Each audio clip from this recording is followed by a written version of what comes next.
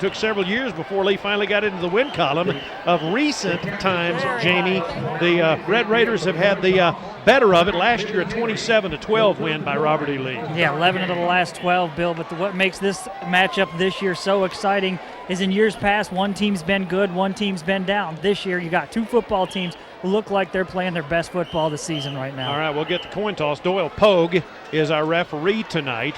And his crew includes Brandon Kirsch, Russell Bishop, Chuck McElroy, and Odell McGee. And we'll hear what they have to say on the field tonight. Doyle Pogue. Doyle Pogue, nice to meet you. Doyle Pogue, nice to meet you. Captains for both ball clubs tonight. Jaron Anthony is one of the captains for John Tyler. Ashton Dorsey also down there, along with Alvin Arps and Jeremy Johnson, the quarterback. Austin Wilson, Brandon Ross, Blake Roberts for Robert E. Lee, and number 72, Thomas Lacey are the captains. Derek Dunn injured tonight and will not play. Step right on in here. All right, step in here, fellas. All right, now I know this is a big rival game and everybody's going to be playing hard, but let's keep our heads about us. You know, you're the captain, somebody on your team starts getting a little out of control, let's say, hey, we're here to play football. If you're one of the ones I'm explaining the penalty to and you don't understand it, say, hey, let's go over that again. We had a toss for the game. We're going to do a mock toss now. And y'all won the toss and y'all deferred. All right, guys, the mock coin toss. John Tyler wins it. The Lions defer. So the Red Raiders will start this football game on offense. JT in their home blue with the blue helmets, the leaping lion and the white numerals. Robert E. Lee in their road white with the red and black trim, the red helmets, the black tee trimmed in white. And so it'll be some good old-fashioned football tonight, 8-0 against a 2-1 district team with a 2-5 record, but again, a deceiving record for Lee. They played some great teams in the non-district. We think they are better than that record, but be that as it may, JT is a favorite tonight. Robert E. Lee's got a big chore ahead, and they're minus Derek Dunn, their fine senior offensive tackle. Yeah, a lot of injuries for Robert E. Lee throughout the season, and again, a very tough matchup for Robert E. Lee, and we talked about this in pregame. Battle-tested. Robert E. Lee played one of the toughest schedules in the state. We'll see if that helps him out in this big ball game against the state-ranked football team in John Tyler. Red Raiders will go left to right across your dial here in the first quarter. Luke Wagner is the scheduled Red Raiders quarterback starter. He's a senior, but Chris Dinkins will log some time back there. Dinkins will also play what the league coaches call a D-back position, sort of a do-it-all guy. Day-Day Brown, after missing last week, is back tonight. He'll share time with LaQuintus Wallace, Aaron Myers, Carlos Garcia. Myers had another big game last week against Mesquite Horn. Hayden Tomlinson will be back there. They'll play a number of different positions. Tyler Huffsticker, the scheduled starter at flanker, with Marquise Mosley and Brandon Ross also playing on the outside. Zach Hightower, the tight end, when the Red Raiders use one. Bryce Brawley will play the left tackle slot tonight to start. Carter Hallbrooks, Greg Holston, Melvin Page, and Thomas Lacey across the Red Raider front line. Desmond Dean, Jared Haggerty, Ashton Dorsey, and Darian Jones of the JT defensive lineman. Joe Bayonne, Cliff Caldwell, Alvin Arps, the linebacker. Jesse Diaz approaches, kicks it. It's a line drive. Freshman LaQuintus Wallace at the 5. Upfield to the 25. He's at the 30. Look out to midfield. He's only got Diaz to beat, and they won't catch him. Touchdown, Robert E. Lee. 95 yards on the first play of the game. That's an outstanding start for Robert E. Lee. Obviously, you can't ask for a better start against a high-powered offense like John Tyler. You go straight to the end zone and immediately put the pressure on John Tyler. Well, you knew the Red Raiders needed to get off to a quick start, and you can't get started any quicker than that. Great hole on that left side as they create a huge hole for Wallace to get through, and with that great speed, easy trip into the end zone. 95 yards. Freshman LaQuintus Wallace. Bang, just like that. It's 6-0 in favor of Robert E. Lee. Brandon Ross is the holder. Austin Sperry will kick it. JT, Jamie, hasn't trailed very often this year. I'll let you talk about that in a minute. Sperry's kick is up, and it's good. 14 seconds into the game, Robert E. Lee leads it 7-0 on KTBB AM and FM.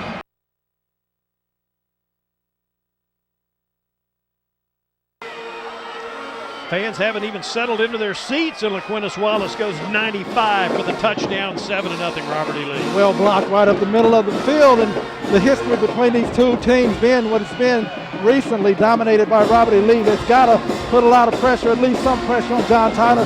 Still a lot of football left to be played. Parker Lloyd has it teed up to kick off, and Lloyd will do that. It's a short kickoff to the left. It will be taken on the far side at the 30-yard line, tripped up out at the 33-yard line. John Tyler will start first down and 10. JT hasn't trailed very often this year. Now, they trailed in their first 2 games and one other time earlier in the season, Bill. So the Lions have faced a little bit of adversity on the season, but not a lot of it, as Kevin just mentioned. A lot of football game to be played. Jeremy Johnson, the senior quarterback, headed to SMU, unless he changes his mind, leads the district in rushing. He is an all-everything guy who is probably the player of the year in District 11 5A. Kendrick Chancellor and Keordrick Black will share time at tailback, and we'll set the rest of the JT offense and the Lee defense. First down from the 33, 4-wide shotgun for the Lions. And on first down, Johnson throws a little out pass to Cortland Nickelberry. After about a 4-yard gain, he's tackled by a host of Red Raiders. Nickelberry is a senior. Ricky Collins, who's a dynamite ex-receiver on the other side, 6 foot, 180 pounds. Ben Gordon, the tight end when they use one. DeMarcus Humber plays what they call an A-back position. David Bush will be playing in a slot and will touch the ball a lot tonight. Across the front, Jaron Anthony headed to Oklahoma State at one tackle. Israel Nunez on the other side. Second down and about 6 at the 37, far side to short side. One back shotgun, inside handoff, and this is Keordrick Black. Hit at the line of scrimmage by Robert E. Lee and knocked down by Hakeem Holly after a very short gain. Juan Perez and Quayshawn Sanders, the schedule starters at guard. We'll see Martin Perez tonight. Fred Green is the John Tyler center. Patrick Howard back after missing 2 weeks with an ankle probably at one end. Josh Williams on the other side. Hakeem Holly is the nose tackle. Austin Williams, John Paul Camp, and Blake Roberts the linebackers. Third down and 6 from the 37. Shotgun snap. Johnson bubble screen to Collins, who drops the ball. Ricky Collins drops the bubble screen. JT goes 3 and out. And a good start defensively for a Red Raider team that puts Chad Reese at the rover position.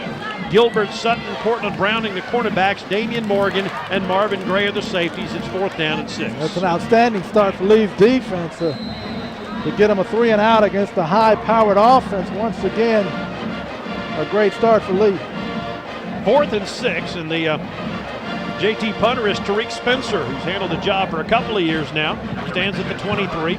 Good snap, not much of a rush, and wobbly kick out of there that will bounce at the 41-yard line and go out of bounds inside the 40. Robert E. Lee will have pretty good field position to start their first drive. Their offense never touched the ball because of that 95-yard kickoff return to open the game by freshman Laquinus Wallace. So Robert E. Lee, far hash, going left to right. 10:24 left to go in the first quarter. Saw a little different play from Lee's offense last week. They finally threw the football downfield. We'll see if they're able to do that tonight. But again, they've been averaging over 300 yards on the ground in district play. They'll need to do that tonight. Their quarterback, Luke Wagner, comes into play tonight, playing much better of late.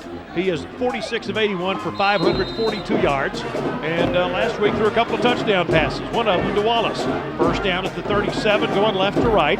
One back shotgun, double tight ends, and he puts Huffstickler in motion against JT's 4-3. Fake the handoff and pitches it to Dinkins coming this way. Big trouble for Dinkins. He's hitting the backfield. He gets free. They still haven't tackled him, and there goes Dinkins to the outside. Uh-oh! Midfield and down the left side. He's gone to the 15, 10, 5. That's a touchdown. No flags. He ran about 85 to get 63 yards and a Robert E. Lee score. Well, and Bill, you and I have seen this all season long. Lee has a lot of ball carriers, but nobody carries it quite like Dinkins. Once again, he breaks several tackles en route to the end zone. Just a terrific stiff arm there by Chris Dinkins. 3 Lions there trying to wrap him up for about an 8-yard loss, guys, but one stiff arm breaks 2 other tackles, and once he gets to the outside, he gets great blocking from his line. 2 superb individual plays for Robert E. Lee to open the game, and the extra point by Sperry is good. And less than 2 minutes in, Lee has a 14-0 lead over JT on KTVB AM and FM.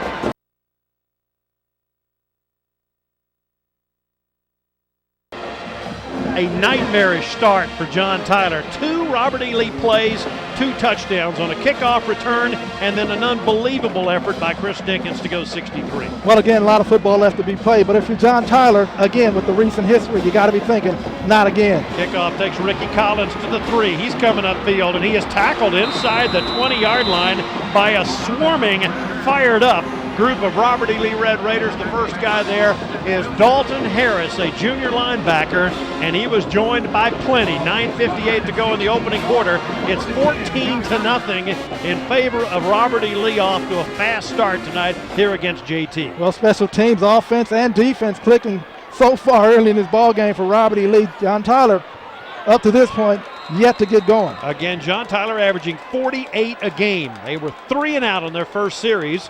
Jeremy Johnson, their senior quarterback, has Keordrick Black in the backfield next to him. He's a senior. Check that, Kendrick Chancellor. Fakes the handoff. He's in trouble and sacked at the 6 by Austin Wilson. Oh, they meet at the quarterback that time. I'm not sure if that was a busted play, but Damian Morgan was also coming, and they got him for a big loss. They can mark him down at the 7-yard line. Well, Jamie, bobbled the snap, and that kind of threw off the timing of the play and allowed Lee to get in the backfield. Yeah, I think that was supposed to be a handoff to Chancellor, but by the time Jeremy pulled in the bobbled snap, the running back was already through. He tried to make something happen, but it couldn't get out of the clear. I think it's pretty obvious JT's a little tight right now. They are the favorite here, and it's a 2nd down and long. Bubble screen out to the far side, and that one's dropped by Kendrick Chancellor. Stuff that JT hasn't done all year long. They are struggling, holding on to the ball right now. Looking at this big crowd here and the high expectations on them, they have to be a little uptight. It's 3rd and 19. There's no doubt about it. And again, every time Lee scores, they get a little tighter. Again, it's a crosstown rival that's been dominated by Lee recently. 3rd and 19 back at the 7-yard line. It's a dangerous play for John Tyler. They spread the field with 2 outside receivers and double slots on the right. Keordrick Black lined up as a receiver. Chancellor in the backfield. Jeremy Johnson, the fine quarterback, standing about 5 yards behind Fred Green against the 3-man line. Straight drop out of the end zone. Flushed out of the pocket by Patrick Howard. He's running upfield, and he gets hit by Morgan hard at about the 12-yard line. Damian Morgan, Robert E. Lee's senior bandit safety, put a lick on Jeremy Johnson at the end of that play. It'll be 4th down and another 3 and out for John Tyler. Jamie, can you remember back-to-back 3 and outs this year? Yeah, you haven't seen it too often, Bill. Tariq Spencer coming into this game had only punted 7 times the entire season. In the first 3 minutes of this game, he's just stepping back here for a second one of the night. And stands at his goal line to kick it away. Lee should get great starting field position once again. They lead 14-0 here early on. They've touched it twice, and they have 2 touchdowns. Spencer's kick is an end-over-end job. That will be fielded and fumbled by Robert E. Lee at the 47. I think the Red Raiders fell on it at the 48. A run-up that time by Robert E. Lee, and a piece of bad judgment that time by the Red Raiders. But they do manage to fall on it. The guy who fumbled it and fell on it was sophomore Darrell Smith that time, but Lee has good field position at the John Tyler 48-yard line. That's a lucky break for Lee, because that's one of those plays that can turn a ball game around, and a bad break for John Tyler, not able to come away with the football. 8:26 to go here in the opening quarter. 95-yard kickoff returned by Wallace to open the game. 63-yarder by Dinkins. And Dinkins is in. Wagner is under center. Dinkins lines up in a slot right. In fact, double slot, sort of a wing look here, with Dennis Edwards split out as a receiver. They hand the ball off coming this way to Aaron Myers, and he has good room inside the 40. That's a 1st down. Lining up in a slot, Myers picks up about 12 down the near sideline to the 36-yard line. Well, Lee's starting to make, again, it's early in the ball game, but just a couple of plays for Lee's offense, but those couple of plays will look pretty easy so far, but again, Lee has been able to run the football in district play. Last week, JT held North Mesquite to 127 yards rushing and 63 passing. In their last 5 games, they forced a total of 11, 16, 18 turnovers in those 5 games. Lee right now 1st down at the JT, just inside 37-yard line. Double slots to the left. Tight end Jacob Lane lined up right. They hand it left. Here's Day Brown. Cut back. Head falls forward for about 4 yards, maybe 5, down to the 32-yard line. Day Brown, the 5'8 senior, who has had injury problems this year, has had been on and off the field. He missed last week's game, but he's back tonight, and he gets his first carry. Again, leaving a lot of weapons in terms of running the football for their offense. And John Tyler's going to have to tighten up. Again, they've got to force Robert E. Lee to throw the football. That has not been the case so far. 14-zip. Lee leads 2nd and 5 at the JT 32-yard line. Marquise Mosley splits wide to the left side. John Tyler crowd a little bit stunned right now. I think the players and coaches are too. Double slots, one back.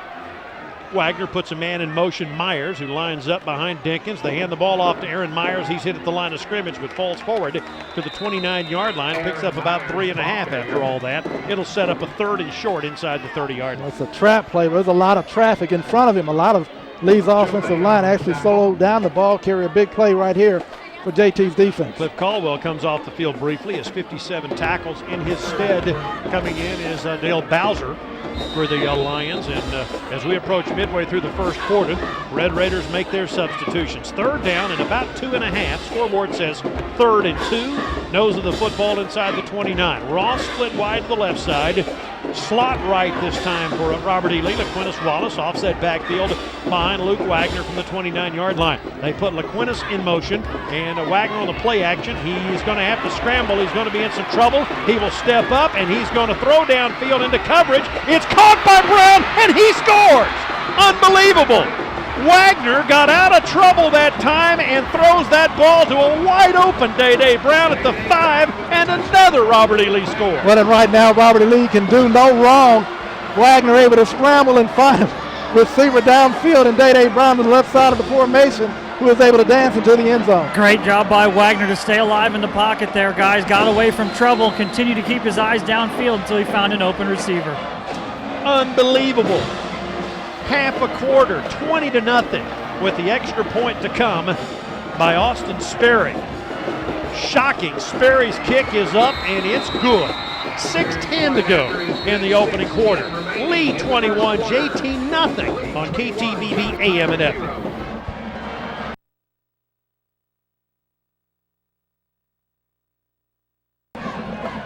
Win the World Northeast Texas kickoff coming up. It's 21-0. Robert E. Lee leading John Tyler. I'm shocked. Well, and for Lee, one big play after another. I'm not shocked that Lee's doing well. The Red Raiders are a pretty good football team, and I'm shocked that it's happened this quickly. John Tyler is too good. Something's not right. Well, again, still a lot of football left to be played. They'll eventually get going, but this is a stunner the way this game has started. And again, Lee continues to put the pressure on John Tyler. Jamie's pretty amazing. Here's Parker Lloyd to kick it off. Jamie, we'll get to him in just a moment. This kickoff is relatively short. Collins at the 7-yard line. Ricky Collins can fly, but he is upended. Wow, Austin Wilson downfield along with Damian Morgan. Jamie, I'm truly amazed at how fast Robert E. Lee has started and how uptight John Tyler seems right now. Yeah, they definitely do feel like, looks like that they have a lot of pressure on their shoulders. You guys mentioned that they're the team that's definitely favored in this football game, and Robert E. Lee looks to be playing a lot more loose. You just feel like the Lions at this point need something good for them to happen so they can get their confidence back. But they're already in a huge hole here, down 21-0 to a team that knows how to play a little defense. So here we go with JT's 3rd possession. They've been 3 and out on their first 2. 4 wide, 1 back shotgun. Fake the handoff, bubble screen near side. Keordrick Black, nice little move to the outside, and he picks up some yardage out to the 30 before he's tackled near the 31-yard line by Robert E. Lee's fine number 33, Blake Roberts, who's headed to TCU, and that's finally a first down for the Lions. Well, and you know eventually the Lions will get going. They got too good an offense not to eventually get on track, and that's the big play for John Tyler. Of course, on the other side of the ball, I'm sure the Red Raider coaches are thinking, okay, guys, it's not going to be this easy all night long. And they're, I'm sure, trying to settle their guys down and remind them that 21-0 for a team averaging 48 a game is not too big a hill to climb. 3 receivers to the right, near hash.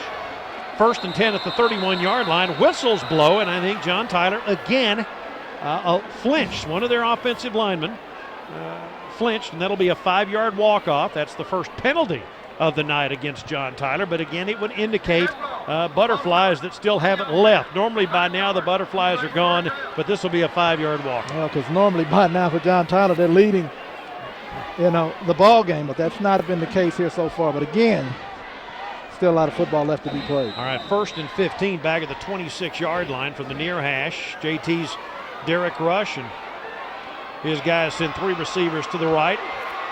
Sam Parker, their offensive coordinator, receiver to the left, and Johnson with the quarterback keeper. Here he goes. Johnson is great, and he takes it upfield at the 40-yard line for about a 9-yard gain, and about a 13-yard gain on that play, out to the 40.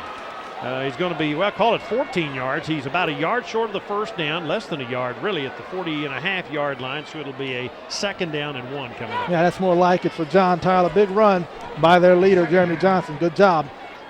Nearly picks up the first down. He leads the district in rushing. He has 1,075 yards and 19 touchdowns on the ground. Jeremy Johnson, who was the quarterback of the team last year, they call him Papa.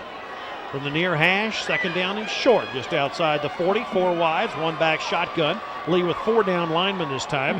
They show blitz, hand the football. No, they fake it this time to Chancellor, and a keeper by Johnson across the 42-yard line for an apparent John Tyler first down. Pretty good sleight of hand that time by Jeremy to Kendrick Chancellor, his senior tailback, and a first down for the Lions. That's 2 in a row. Yeah, again, they're starting to get going. That is a good tackle by John Paul Camp. He didn't bite on the fake by Jeremy Johnson. John's still able to get the first down. Good job for John Tyler. 5:01 left to play here in the opening quarter. 21-0 in favor of the Robert E. Lee Red Raiders. Amazing. 3 receivers split right, 1 to the left, 1 back shotgun near hash 42. The option pitch going to the right side. Here's Chancellor, turns it upfield. He gets to midfield across the 50, and a pickup of right at 10 more to the JT or to the Lee 48-yard line. Hakeem Holly in on that tackle for the Lions, and again, that is very close to a JT first down. Also, Gilbert Sutton is playing playing hurt tonight, but that is another first down. That's 3 first downs on this drive. Yeah, and Jamie's starting to recognize this John Tyler football team. Didn't know who they were early, but they finally, starting to get it going. Again, it happens so quickly. There's still plenty of time for this to become a football game. 4:43 to go here in the first quarter. 21-zip lead. Shotgun snap, back to pass Johnson. Here comes the rush. Jeremy's going to step up. He's flushed out. Patrick Howard chases, throws on the run. Oh, he's got a guy. That's Nickelberry at the 40. Portland Nickelberry has another first down and a pickup of about 16. Now that's Jeremy Johnson right there. He had Patrick Howard, who is fast himself, chasing him to the outside. Johnson with the presence of mind to find what had to be a 2nd or 3rd option on that play. Well, outstanding protection up front for Jeremy Johnson. Had a lot of time to find a receiver. Good job by the Lion offensive line to allow Johnson to complete the pass. First down Lions at the 32. Drive started at the 20, and this is their 4th first down on this series. Moving it pretty well right at the moment. John Paul Camp is Lee's middle linebacker. Blake Roberts splits out. He'll cover one of the slot receivers this time. Shotgun snap, bubble screen near side. This is David Bush inside the 30. Uh-oh, Bush is gone. Flag down. He scores, but there is a flag down back upfield at the 24-yard line. David Bush will be the quarterback next year, playing a slot receiver, scores, but the penalty may wipe that out. Go ahead, Jamie. Going to go against John Tyler. Holding penalty here on the outside. Lions had the block, had it cleared out here, but one of the receivers got a little too much hand on the jersey of Robert E. Lee. Good call by the official. He had a great block initially, and the ball carrier was going to get outside, but just a little hold at the end of that play. So the officials, Doyle Pogue, the referee, hearing it from the John Tyler side as they wipe out that touchdown and bring it back upfield to the 34-yard line. So instead of a touchdown, it'll be a 1st and 12 at the 34. Good break right there for Robert E. Lee. I think the ball carrier is going to get around, even if there isn't a hold, and probably score. So that's a bad break for the Lions. Clock says 4 minutes to go in the opening quarter. We'll give you a station ID coming up here in just a minute. Gets so wrapped up in these games, sometimes you forget. We'll tell you about that here. Try to after this play. 3 wide receivers to the right, 1 to the left near hash. 1 back shotgun. Lee puts 5 guys up on the line. Now they back into linebacker spots. Little inside pass that time to Keordrick Black on a slant, and he picks up the 2 yards back, and it'll be a 2nd and 10. Let's pause 10 seconds for station identification as you listen to high school football.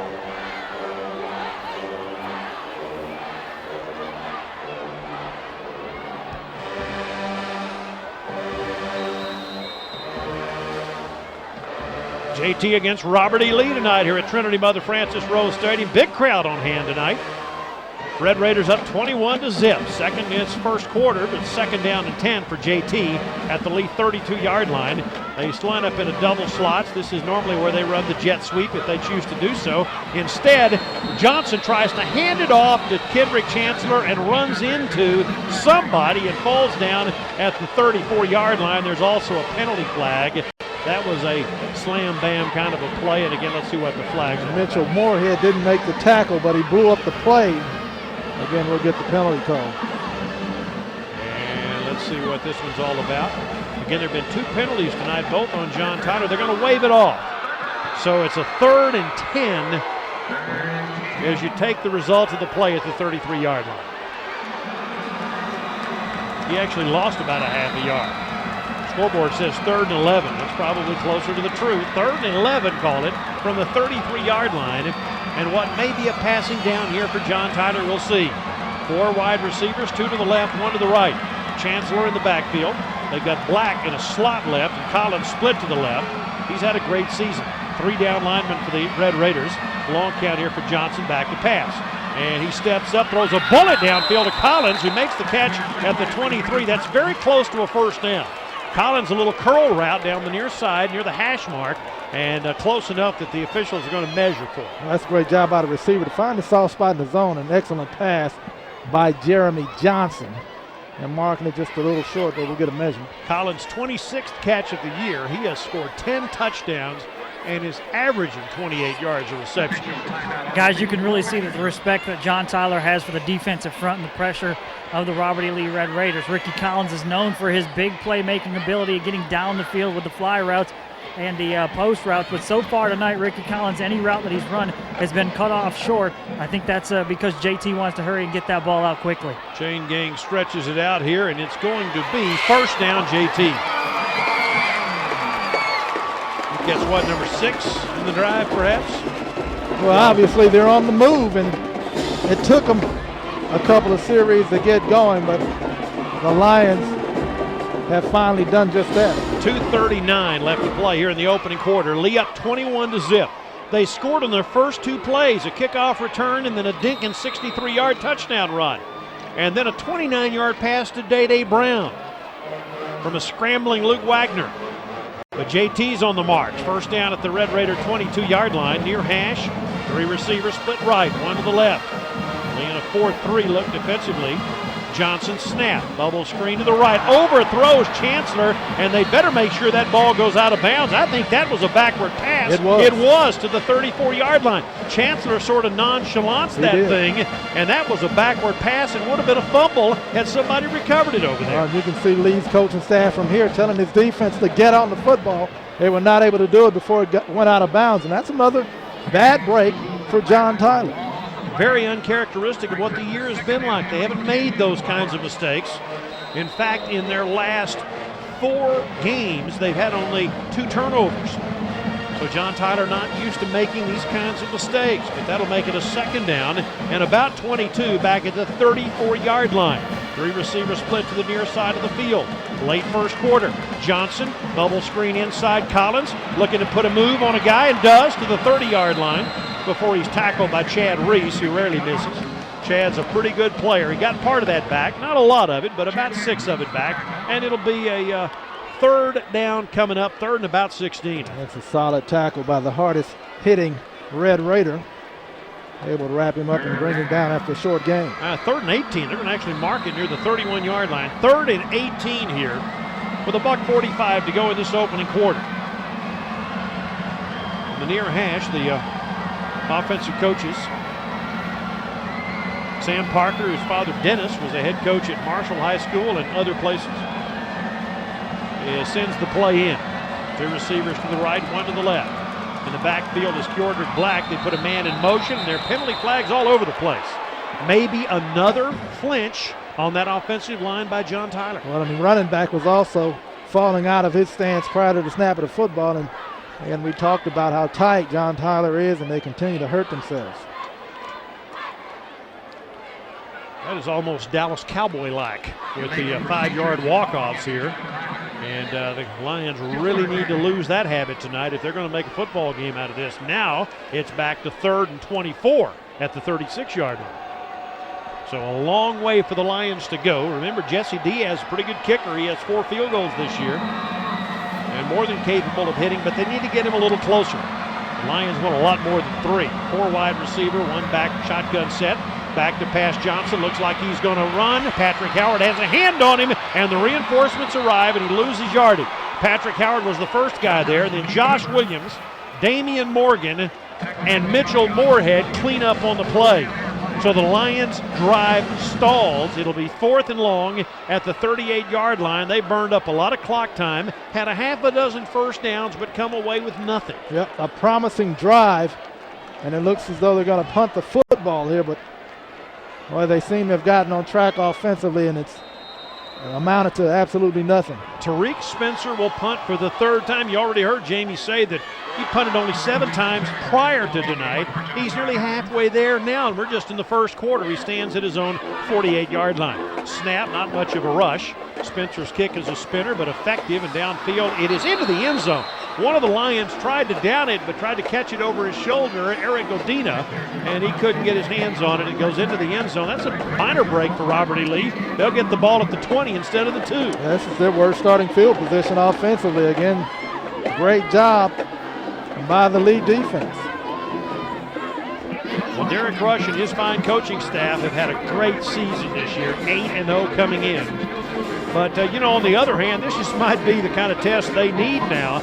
They're going to the playoffs. They're 3-0 in the district. They're going to play in the postseason. To face a little adversity right now might be the medicine these guys need a little bit. They're beating everybody by an average of 31 points a game. That's 4th in the state in 5A football, so they might need to be a little tested. Well, they go with double wings this time. Robert E. Lee goes left to right, Wagner under center. In fact, they stack 2 to the left. Dinkins, they fake the handoff. No, they give it to Dinkins over the left side, and Dinkins burrowing upfield about the 23, maybe the 24-yard line for a pickup of about 40 yards on that play to Chris Dinkins, who does everything except sell popcorn in the Robert E. Lee offense. Pick up a 3. It'll be 2nd and 7. Yeah, I think it's imperative that the Lions have to get a stop here. They have to force a punt, get a turnover. Something good has to happen. First quarter ends here at Trinity Mother Frances Rose Stadium. Lee 21, JT nothing on KTVB AM and FM.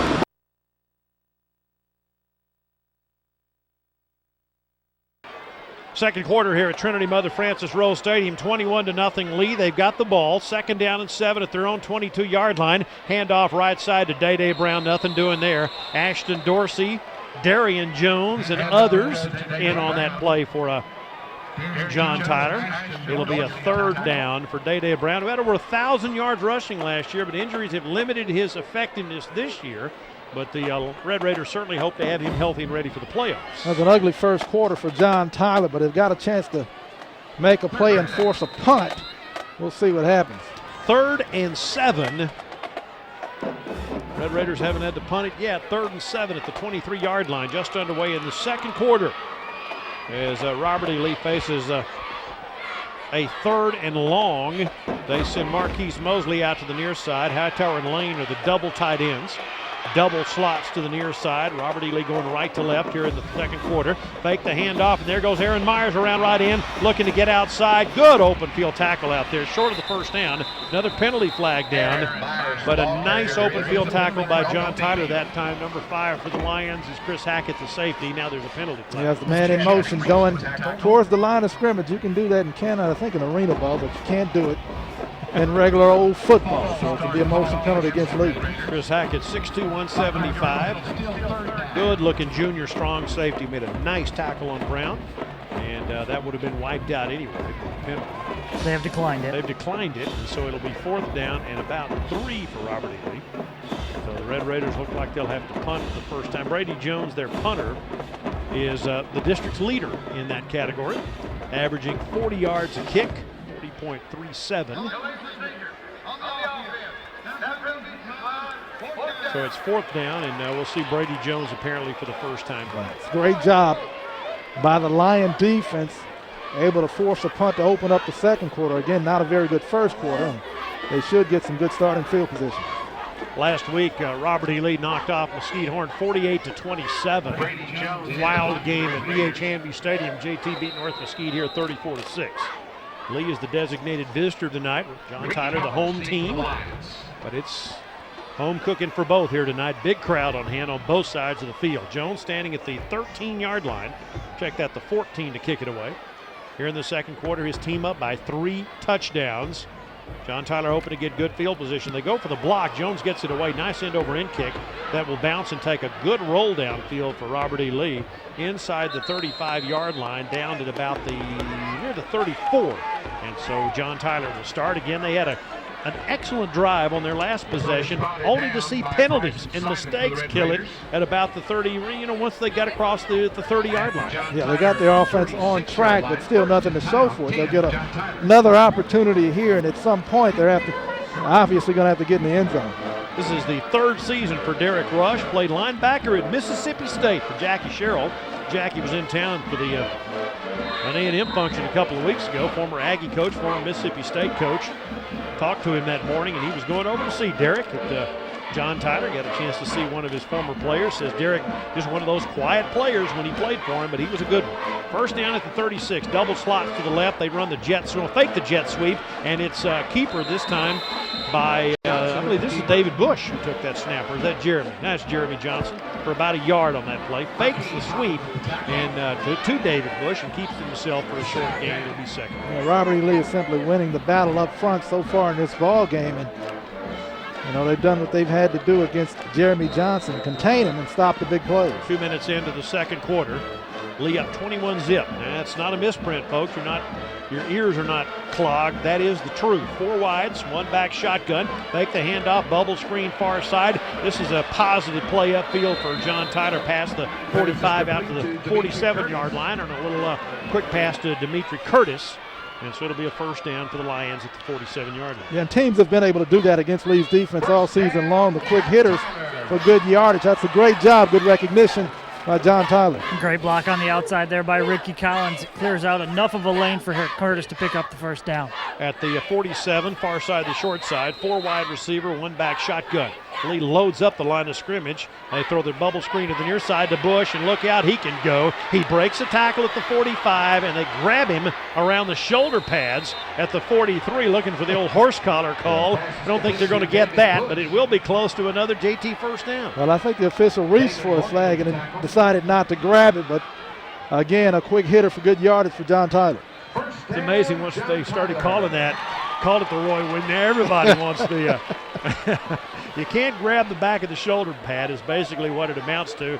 Interestingly enough, Roy Williams injured Terrell Owens when he was with the Eagles on one of those plays that affected the Super Bowl that year. Terrell Owens missed several games because of a broken ankle, and they outlawed that particular form of tackling after that. It's called the Roy Williams rule. First down at the 43-yard line near hash. Shotgun, 4 wides. Fake the handoff. Bubble screen far side to Dimitri Curtis. He makes the catch, and then Blake Roberts and Marvin Grace smack him at about the 36-yard line. Picks up about 6 on that play. Again, good yardage on the quick hitter. Teams have had success against Lee's defense doing the same thing. And again, good recognition by Jeremy Johnson and his receivers. Second down 4 as the clock ticks at the 37-yard line. Again, the Lions, after going 2 of 3 and out on their first 2 series, have moved the ball the last 2 times they've had it. Now they're just trying to avoid making mistakes. Shotgun snap, near side again. Bush, same little bubble screen play, this time down near the 30. That's another first down. They're taking what the Lee defense will give them. John Paul Camp, number 35, in on the tackle that time. Well, and no reason to change it offensively if it's working. So once again, good job by John Tyler. First down at the JT 30. Again, we're at 8:47 of the second quarter. Lee scored 3 times quickly to jump out to a 21-0 lead. Stunned silence for a while on the JT side, but the fans starting to get back into it now, sensing that John Tyler might be riding things here in the second quarter. 2 receivers left, 2 to the right, 3 down linemen for Lee. Make the inside handoff. There goes Johnson, who loves to run with it to the 26, and a rugby scrum ensues before the whistles finally blow to the 25-yard line. That'll be a pickup of about 5 for Jeremy Johnson. Yeah, I thought Johnson was going to get a lot more than that. Pretty good play fake to the back, but good speed on defense for Robert E. Lee. Slows them down. One thing Robert E. Lee really is doing well, guys. I know they've given up first downs on the last couple of drives, but they're forcing John Tyler to continue to make plays, make them be perfect. And then the last drive you saw that John Tyler kind of stopped themselves a little bit with the penalties. So it's a second down and about 6 at the 26-yard line. Ball in the middle of the field. They put a man in motion, fake the handoff to Curtis, back to pass Johnson right down the middle. Bush bobbles the ball and then is hit hard and loses control. Chad Reese got him that time. Ball and Reese arrived at about the same time, but David Bush, and David, who has a great pair of hands, couldn't quite hold on that time. Well, he could sense that Reese was coming over. Again, Chad is the hardest hitting Red Raider, and he was about to deliver a blow there. And good job, good coverage. 3rd and 6 at the 36-yard line. Make that the 26-yard line for the Lions.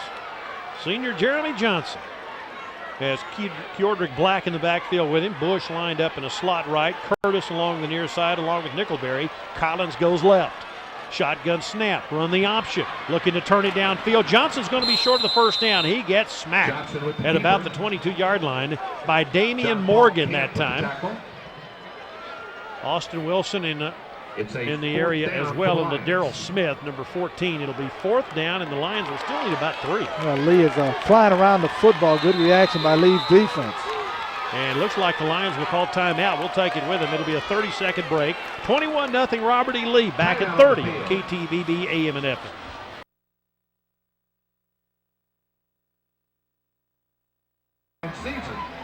Bill Coates along with Kevin Simon, Jamie Lynch, Chris Gill back at our KTVB AM and FM studios. Simulcast tonight of this big Rose City rivalry, 21-0 here in the second quarter.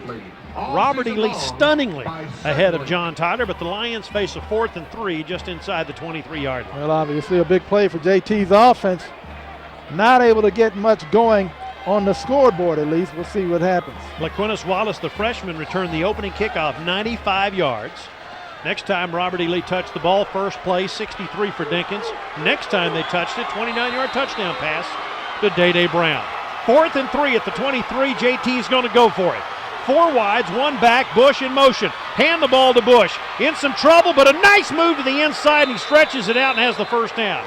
Oh, John Paul Kemp had a beat on him, but David Bush turned it inside, and when he got near the 20-yard line, he stretched the football out, and I think has the first down. Let's see where the spot is. Close enough to measure. Great play by Lee's defense, but a better play by Bush. Good job by him to turn it upfield and stretch that football out of there. And one of those plays, guys, where it matters as which guy spots the football. On the far side of the football field, it was a little bit farther back. This side of the football field, it was a little bit closer to the 19, so it all depends on the spot here. Oh, they're going to stretch this thing out. And after they do that, it is going to be a first down by the nose. Of the football for John Tyler. That's a great play. Yeah, great play once again by the ball carrier to turn it upfield, stretch that thing out, and pick up a big John Tyler first down. Good individual play by David Bush. Again, David will most likely be JT's quarterback next year, and he is a dandy. He is just a junior. John Tyler has over 30 seniors on this year's club. Great senior leadership. First down at the 20. Far hash. 3 receivers to the right, 1 to the left, 1 back shotgun, 3 down linemen for Lee. Fake the handoff. There's that bubble screen to Bush. Gets a block from Curtis. He's inside the 15. He's gone. Touchdown. What a block by Dimitri Curtis on the outside. And David Bush goes 20, and the Lions are on the scoreboard. Well, that's more like it for John Tyler. They finally got their offense on track. And again, they needed something big to happen. They convert on a big 4th down, and they finally get into the end zone. Well, we've seen it so many times, guys. You can't make that play work. The slip screen, the bubble screen, whatever. You can't make that play work without great blocking from your wide receivers. It was Dimitri Curtis that time. Terrific block to clear out the opening. Diaz with the extra point. Kick is on the way, and it is good. And it was 6:57 to go in the second quarter. Lee 21, John Tyler 7 on KTVB AM and FM.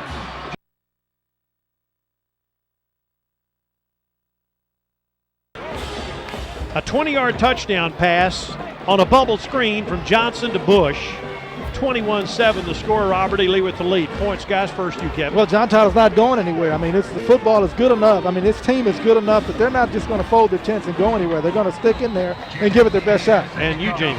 Well, I really like what I've seen from this Robert E. Lee defense so far tonight, guys. They do give up the 7 points there, and they've given up some yards on the last 2 drives, but they're forcing John Tyler to continue and nickel and dime them all the way down the football field, forcing that offense to be perfect.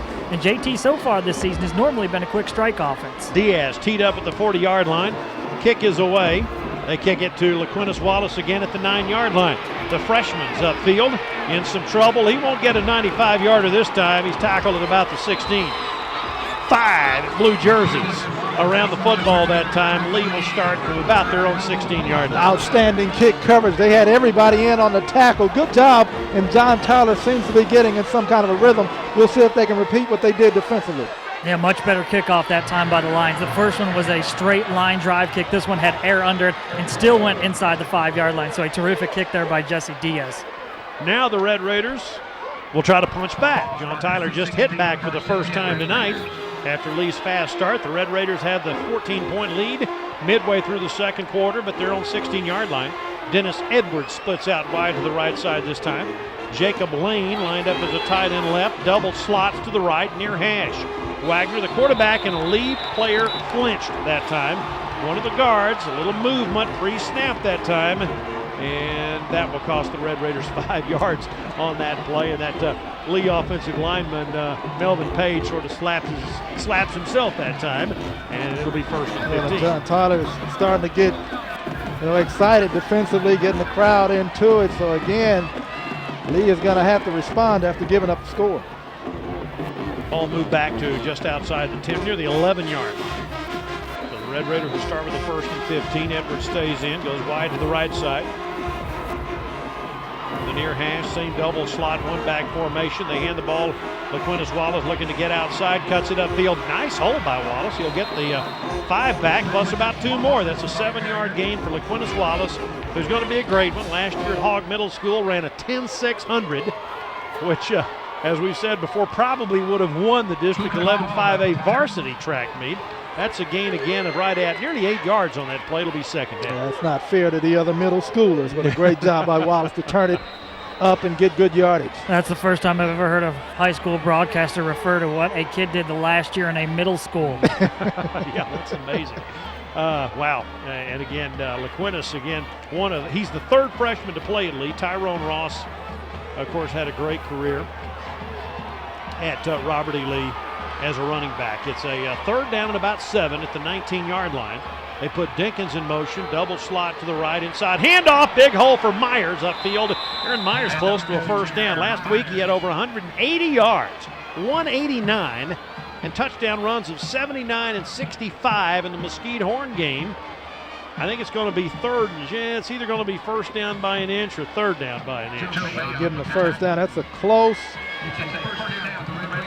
to the 6. They give it to him, but a great run once again by Lee Ballcarrier.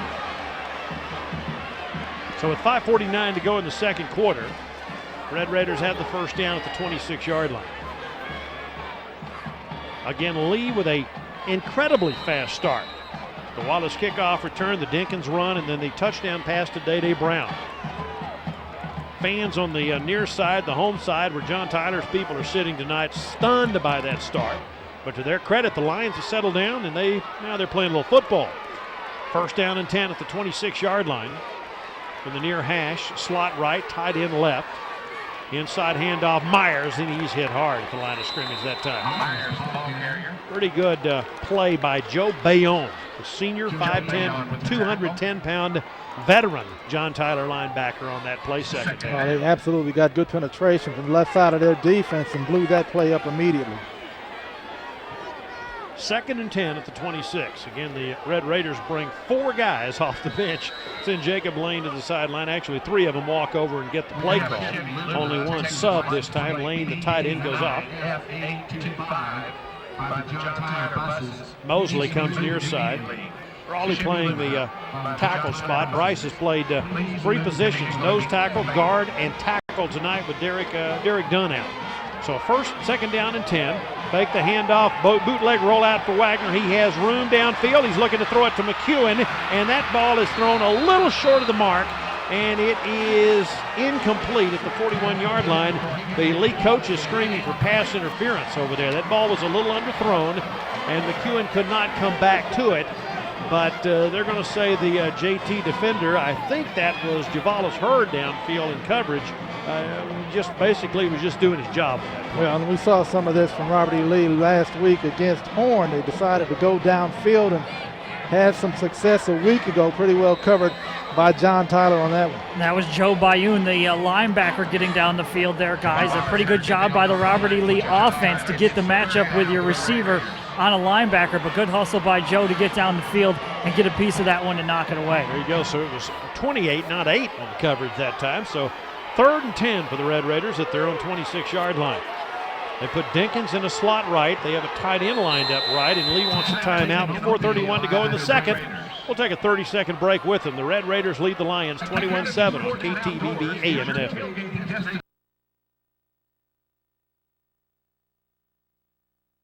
A couple of other scores from around the district. DeSoto leads Mesquite Horn 14-13 in the second, and Mesquite leads North Mesquite 10-0 in the second quarter. Skeeters looking for their first win.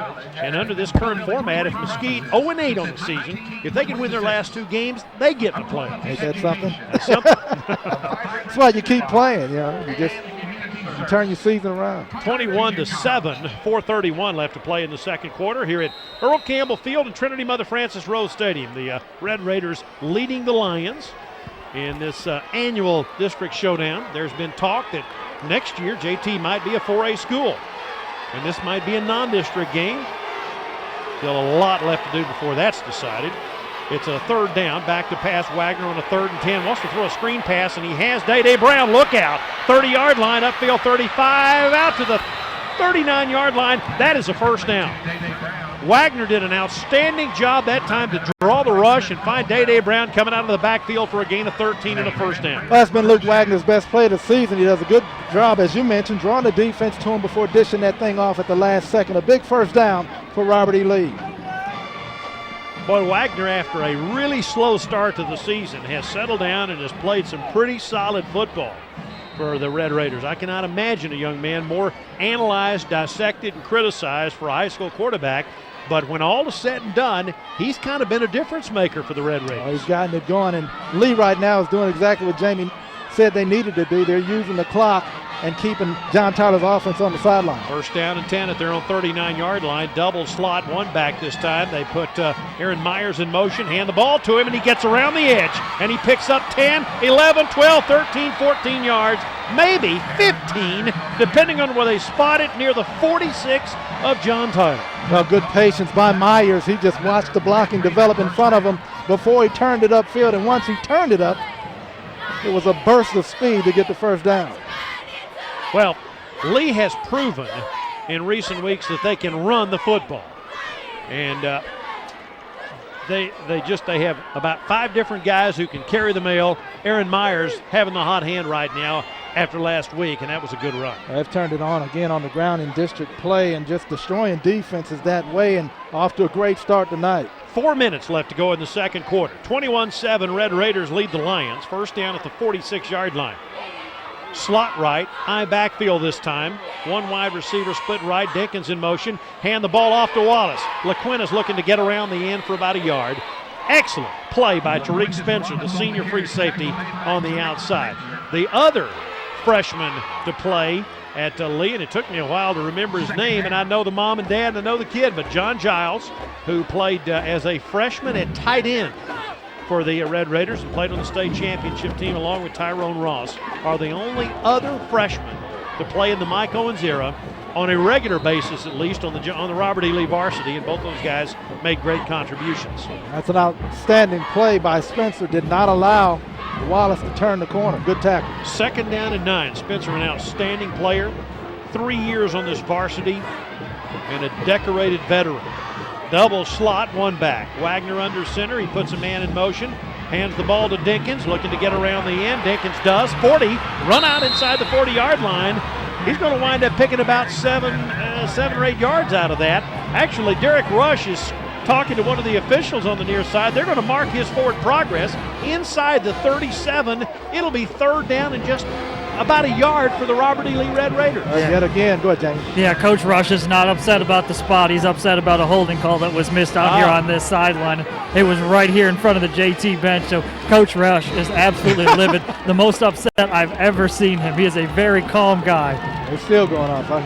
The guy that I know and do Coach's Corner with every week, that's not the same guy right there. I've never seen Coach that avid. This game obviously means a lot to him as well. Sure it does. Third down. He's a great guy, good coach. Third down and less than a yard. Handoff, Day Brown to the outside. That's a first down for the Red Raiders inside the 35, 34 near the 33-yard line.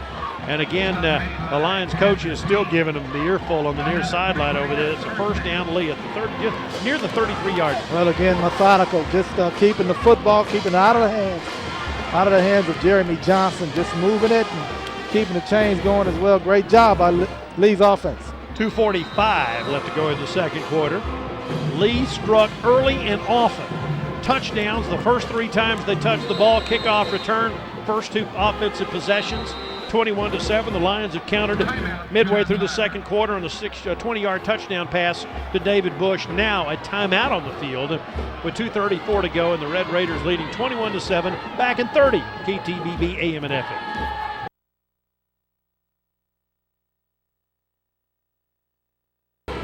John Tyler just called a timeout. They've got 1 left here in the first half. Lee still has 2. It's first down, JT at the 33, and again after what they perceive as a missed holding call, took the Lions to regroup a little bit there and kind of regain their composure, if you will. And it's, obviously they don't want to give up any more points before the half.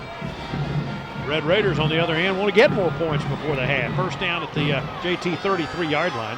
Slot right, Dinkins goes in motion. Inside handoff, big hold, there goes Myers. Look out, touchdown Red Raiders. Flag down. Touchdown Myers. Let's see what the flag's about. Well blocked, but again, we'll get the call on the penalty flag at about the 35-yard line. Looks like it will go against Lee, at least John Tyler's players think so. Well, turnabout, I guess, penalty-wise, or lack thereof, fair play being here, and that's offsides against John Tyler. Touchdown, Robert E. Lee. How about that? Well, John Tyler was maybe trying to convince themselves that it was against Robert E. Lee, and they do give up the big score before half. Wow. Aaron Myers, 33 yards, almost untouched to make it 27-7. And that's exactly what Robert E. Lee wanted to do. Put some more up on the board, counter-strike that last JT touchdown. Here's Austin Sperry's extra point on the way, and it is good. With 2:28 to go in the second, Lee 28, JT 7 on KTBB AM and FM.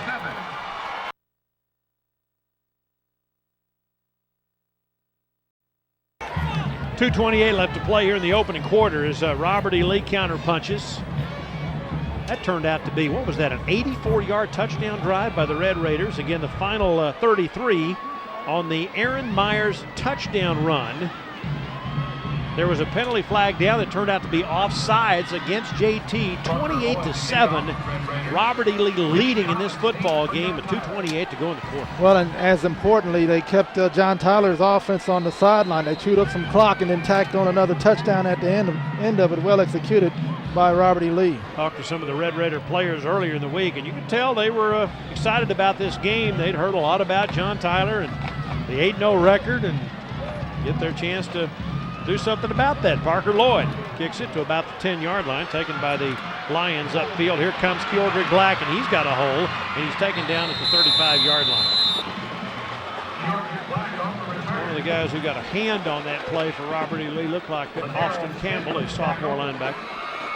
So it's first down for JT. Again, they've got a timeout left and 2:20 to work with. And again, I think it's important for them to try to, Jamie, get some points before halftime. Yeah, and Bill, with 2:20 left on the clock, the Lions definitely their quick strike offense. That's plenty of time for JT. They do just have the one timeout left. But this is a big defensive stop here for Robert E. Lee. You don't want to allow JT not only to get the points, but get a little momentum and start feeling better about themselves. John Tyler's NASCAR offense, as they call it, having some problems on pit road so far here tonight. 28-7. The Lions trailing the Red Raiders with the 35-yard line, inside handoff, and that time Chancellor is hit and dropped for a loss on that play. Excellent surge by that Lee defensive line, Ubong David, Number 6, a 6'4 senior who's gotten a couple of starts this year because of injuries, playing very well, making a nice play that time. Again, Lee doing a great job against the Lions' run, which is exactly what they needed to do, force Johnson to throw the football. And again, they have done that. Loss of a yard, 2nd down and 11 with $1:50 left to play here in the opening quarter. 2 receivers split to the left, 2 to the right. Bush in a slot goes in motion. 1 back shotgun, snap, Johnson looking to throw. He scrambles out of the pocket, throws upfield to Nickelberry, caught, hit immediately, and dropped by Gilbert Sutton. They let him have that little 4-yard pass all night long, and Sutton with a very nice quick tackle on that play. That'll make it a 3rd down and call it about 5, maybe 6. Robert E. Lee coming out in the cover 4, which is a 4 deep zone coverage. Basically want to keep the receivers in front of you and not give up the big play. Good job on that one. So 3rd down at the 40-yard line with 1:12 and the clock ticking here in the first half. Shotgun snap to Johnson, throws near side, completes it to Nickelberry, out of bounds at about the 44-yard line, but short of the 1st down. Another 4-yard pass on the out route to Nickelberry. That'll make it a 4th down and 1 with 1:05 left to play. And the Lions are going to kick. Well, not a good possession right there for John Tyler. He broke his route off before or short of the 1st down. You got to be able to get beyond the sticks, and they're lining up the punt. Tariq Spencer will punt it away, standing at the 30-yard line.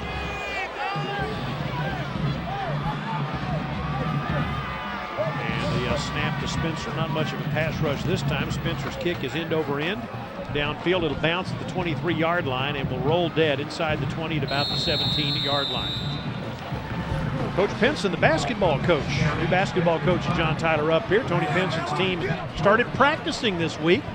So did Alan Johnston's Robert E. Lee Red Raiders. Some of the finest young people that East Texas has to offer on display here tonight. Not only the players, but the bands and drill teams and cheerleaders and everybody involved.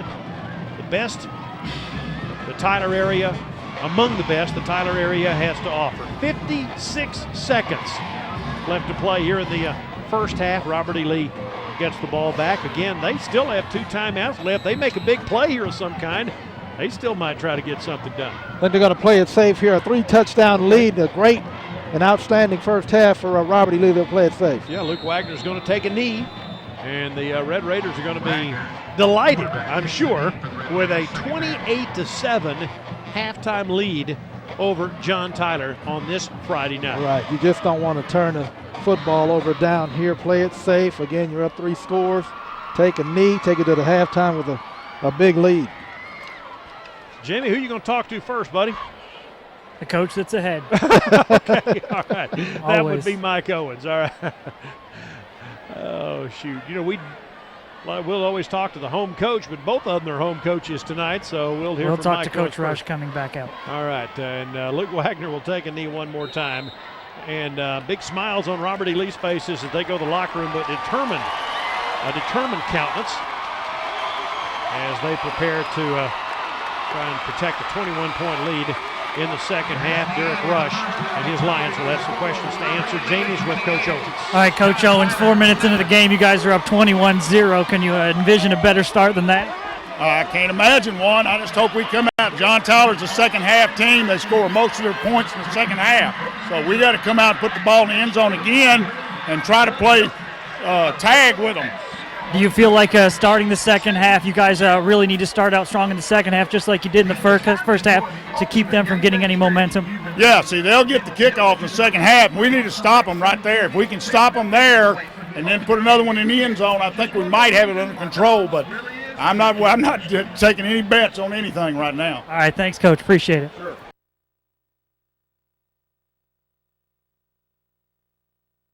And now, ladies and gentlemen, join me in viewing a spectacular halftime show presented to you by the Robert E. Lee High School. We invite you to sit back and enjoy the incredible Southern Belle drill team and the fabulous Red Raider Band.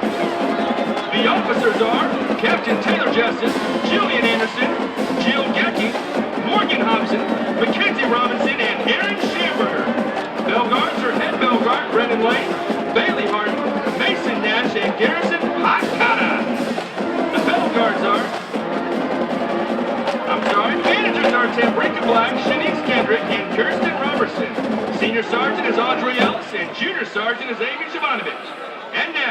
the Southern Belles will perform their daddy-daughter dance.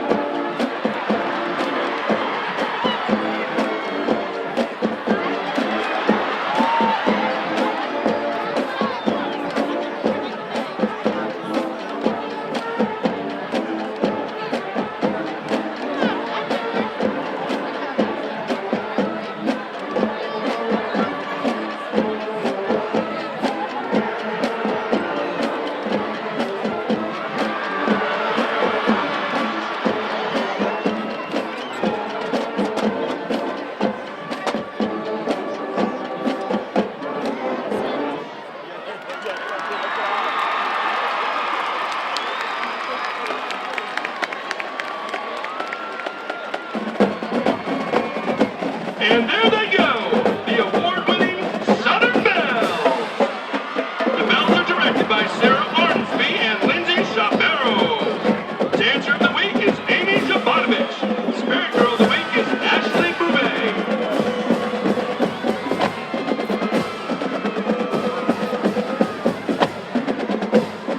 And now, Robert E. Lee High School and the Tyler Independent School District proudly present the pride of Robert E. Lee, the Red Raider Marching Band! The Robert E. Lee Band is under the field direction of head drum major Rachel Hilburn and assistants Jesse Rickman and Antonio Balciano.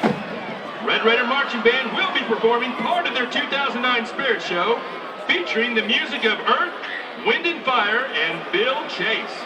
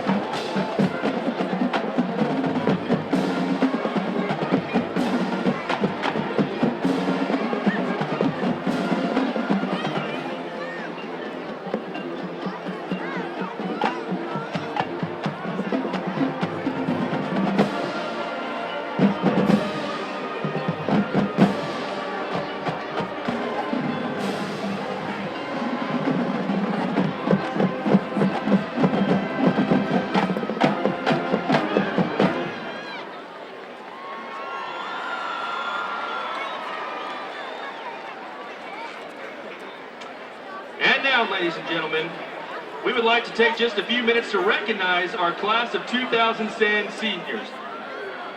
These students have worked very hard all year, and all of our directors would like to thank them and recognize them this evening. First, we have our cheerleaders. I would like to ask all the seniors to step on the field. Cheerleaders, Reagan Beasley, Haley Jackson, Lauren Johnston, Bonnie Michaels, Cambry Morris, Maggie Williams, and Aaron Hopkins. Senior cheer guards include Brett Pirtle, Hunter Boyd, and Matt Lockridge. Cheer managers, seniors, Andresia Hyder and Mercedes Mosley. Step team, senior, Whitney Chumley. And now Miss Ormsby and Miss Schaefer would like to thank the seniors for all their hard work and dedication the past 2 years. Good luck with your future endeavors.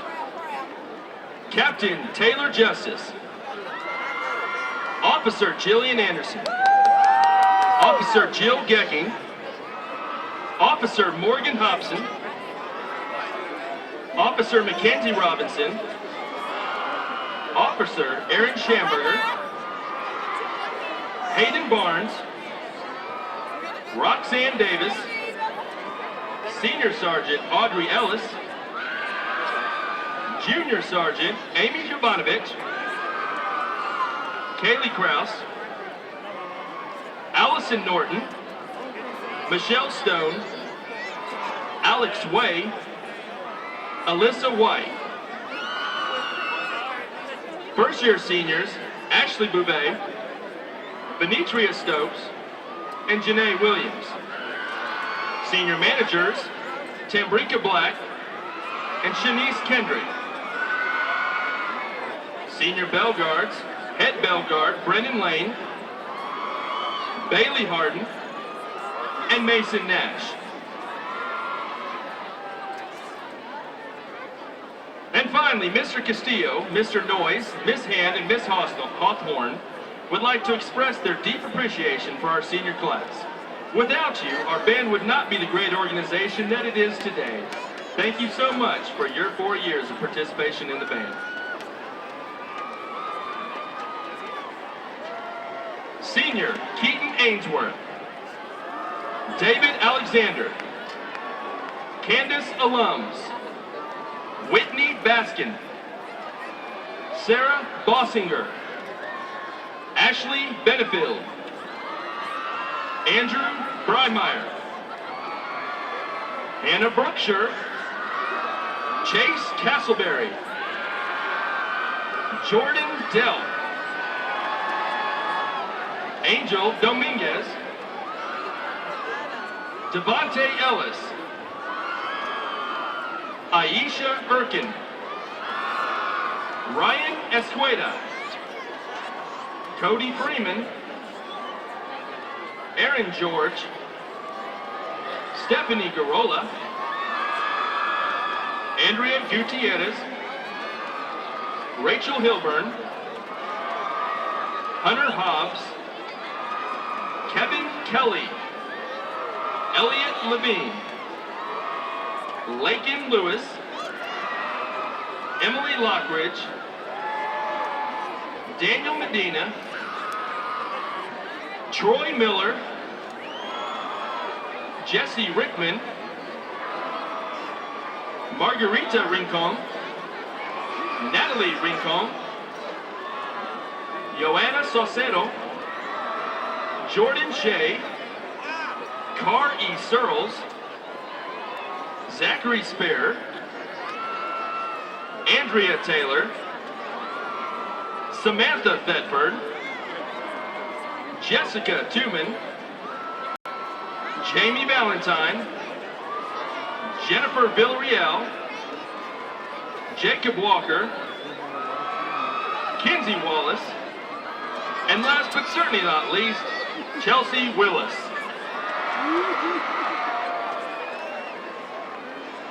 And now, the Tyler Lee fight song, Waiting on the Robert E. Lee. And help us out. Everybody get up and show your support for the Red Raiders as they fight on to beat John Tyler tonight.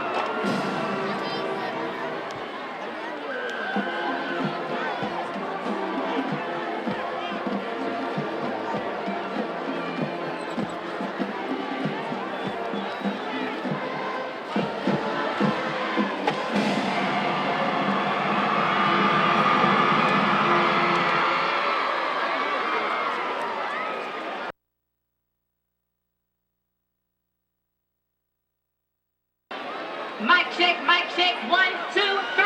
Ladies and gentlemen, boys and girls, it is that time you've all been waiting for, your halftime entertainment. So hold on to your seats because the John Tyler Big Blue Band and the Brigadier Drill Team are ready to show out for you tonight with a spectacular performance.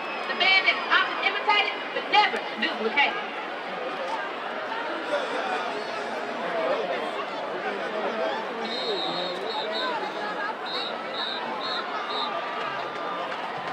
Now entering the field for the Big Blue Band, it's Joy Perry, it's Keandre Dale, it's Vicky Otavero. We like to call them Mr. Harry's Angels, otherwise known as the Drum Major.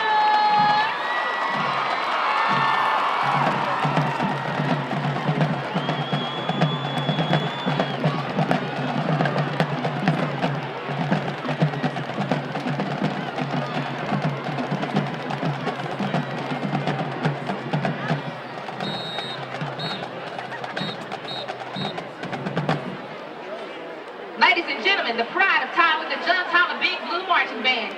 Drum captain is Kendrick Wilson, co-captain is DJ Friend, flag captains are Gabby Gray and Nakia Miller, band president is Cynthia Ontiveros.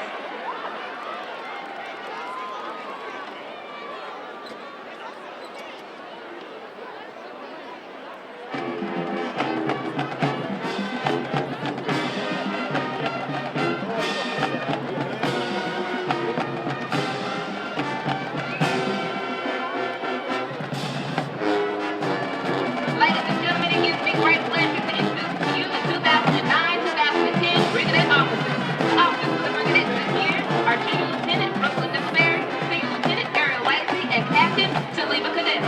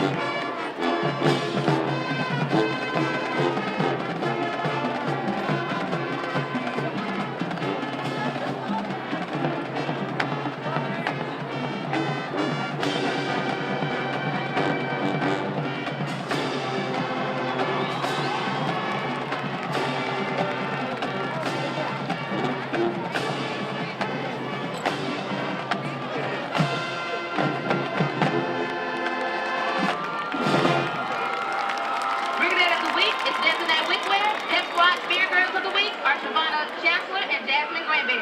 The Brigadiers will now entertain you with the dancing skirt routine as the band plays Pretty Fly.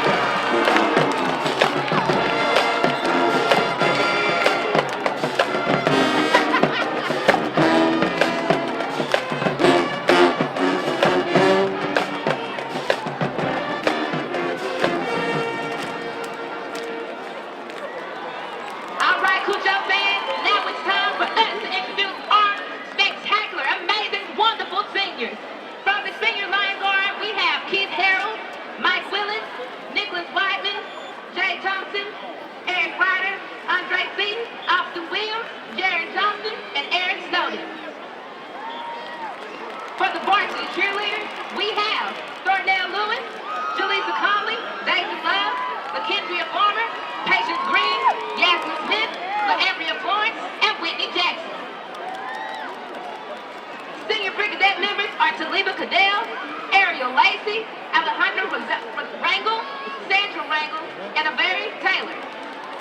All right, for our band singers, we have Miss Emily Anderson, Isaiah Brown, Shavonna Cox, Keanu Daniels, Justin Ford, Jasmine Franklin, Tahaya Gitchaway, Gabby Gray, Emmanuel Varela, LaChastity Isaiah, Lydia Kendall, Abita King, Tanisha Marshall, Nikita Miller, Jeff Mitchell, Connor Morgan, Cynthia Tavero, Joy Perry, Melissa Thompson, Cameron Timmons, Greg Turner, Tashana Wade, Rixia Warren, and the Kendrick Wilsons.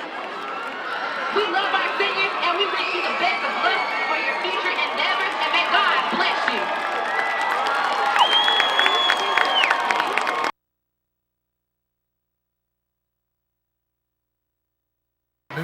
28-7, Robert E. Lee leads John Tyler as we get ready for the third quarter here at Trinity Mother Frances Rose Stadium. One of the score, Cayuga has a 21-14 lead over Alto at the half. We'll update you on many of these scores.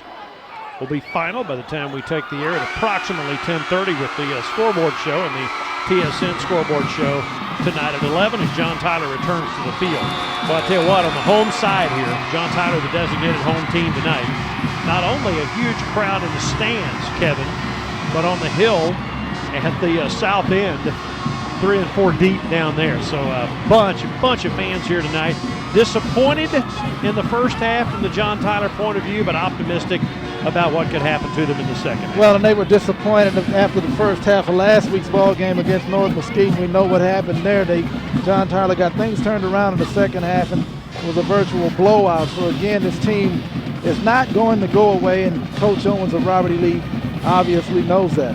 Jamie, how big is this first drive of the third quarter for both of these teams? Yeah, I think you guys touched on it. I think John Tyler needs to get out there and get the points, not just about the points, but to get some confidence going to show that they can do it. And for Robert E. Lee, I think if they would have to have a sense of extreme confidence, if they're able to stop this high-octane offense again, I think the Red Raiders would be feeling very, very good about themselves the rest of the way. All right, so first half was all Robert E. Lee except for that one John Tyler touchdown pass from Jeremy Johnson to David Bush.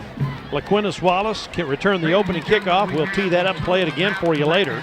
A 95-yard kickoff return on the opening kickoff. First offensive play for Lee, a 63-yard touchdown pass and run I should say, by Chris Dinkins. A 29-yard touchdown pass from Luke Wagner to Day-Day Brown. 21-0. JT scored their touchdown, but 2:28 left to play in the second. Aaron Myers got loose on a 33-yard touchdown run for Robert E. Lee. And again, 28-7 at intermission as we get ready for the third quarter. JT will have the ball. Yeah, a lot of big plays for Robert E. Lee offensively in the first half. John Tyler didn't have any. And if they've got hopes of coming back, they've got to get some big plays. But of course, JT is deadly dangerous, averaging 48 points a game and nearly 500 yards a game in offense. Parker Lloyd has it teed up at the 40-yard line, and John Tyler expects to get the football first. Question is, which one of JT's deep guys, Chancellor, Black, or Collins will get it, or maybe none of the above. Maybe it would be one of the up guys. Let's see what Lloyd does. He will kick it straight down, or kick it left downfield. It'll bounce, and Collins will take it at about the 3-yard line. Coming upfield, looking for blocking, and he'll be tackled. No, he's hit at the 20, and he's still on his feet before Chad Reese gets him at about the 24-yard line with help from Bryson Simon on that play. So out to about the 24-yard line. 11:53 to go here in the third quarter. John Tyler will start at their own 24. Well, and Lee struggled with kick coverage last week against Horn. Obviously, they've been working on it, doing a lot better job this week so far.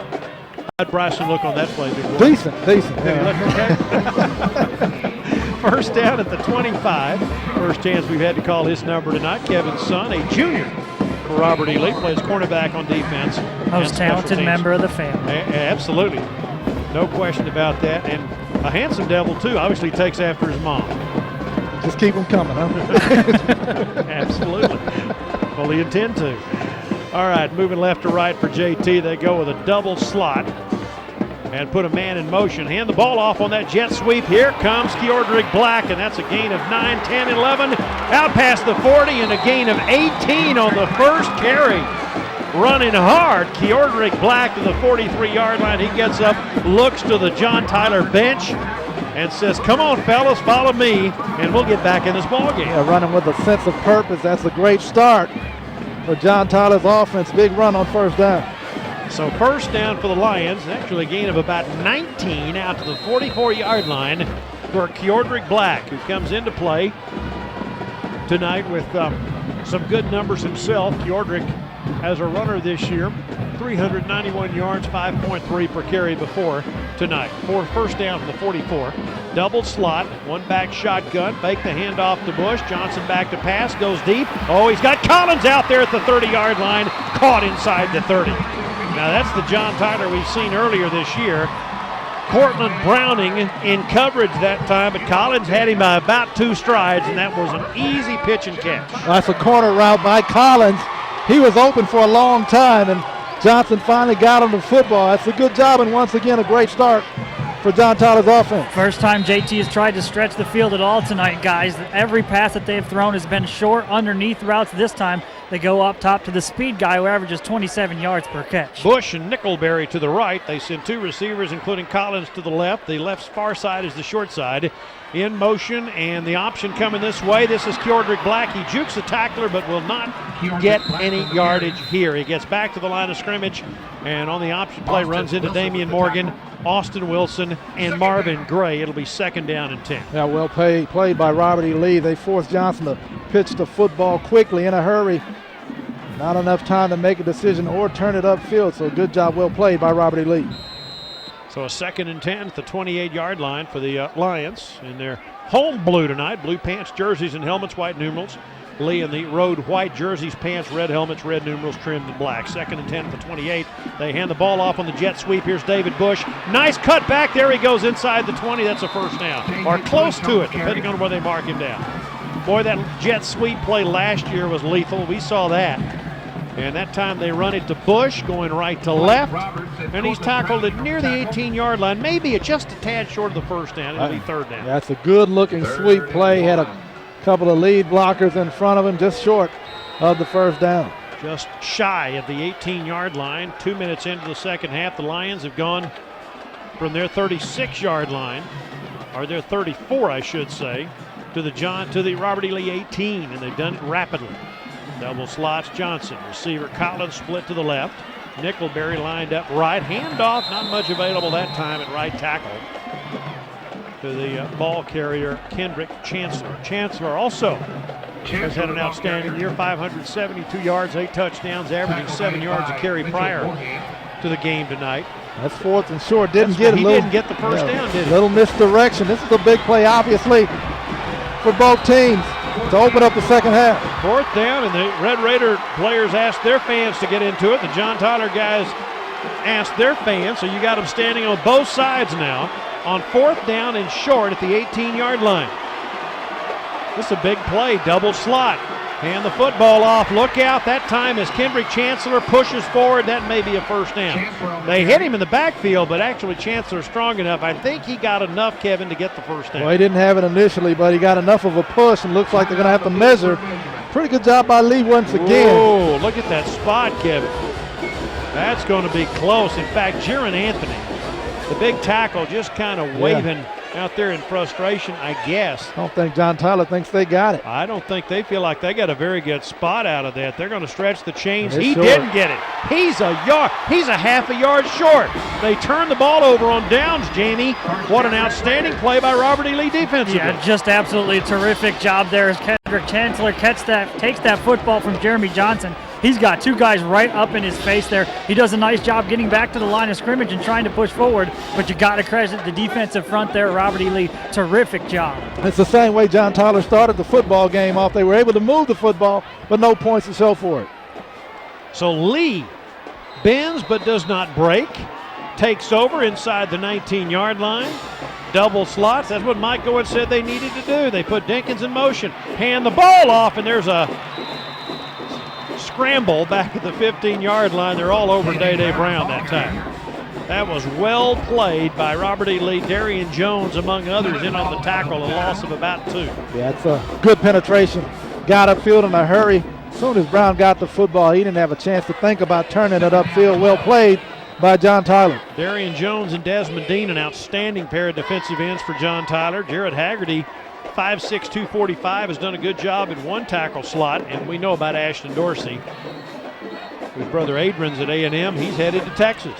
2nd and 12, 16-yard line. Right to left, far hash.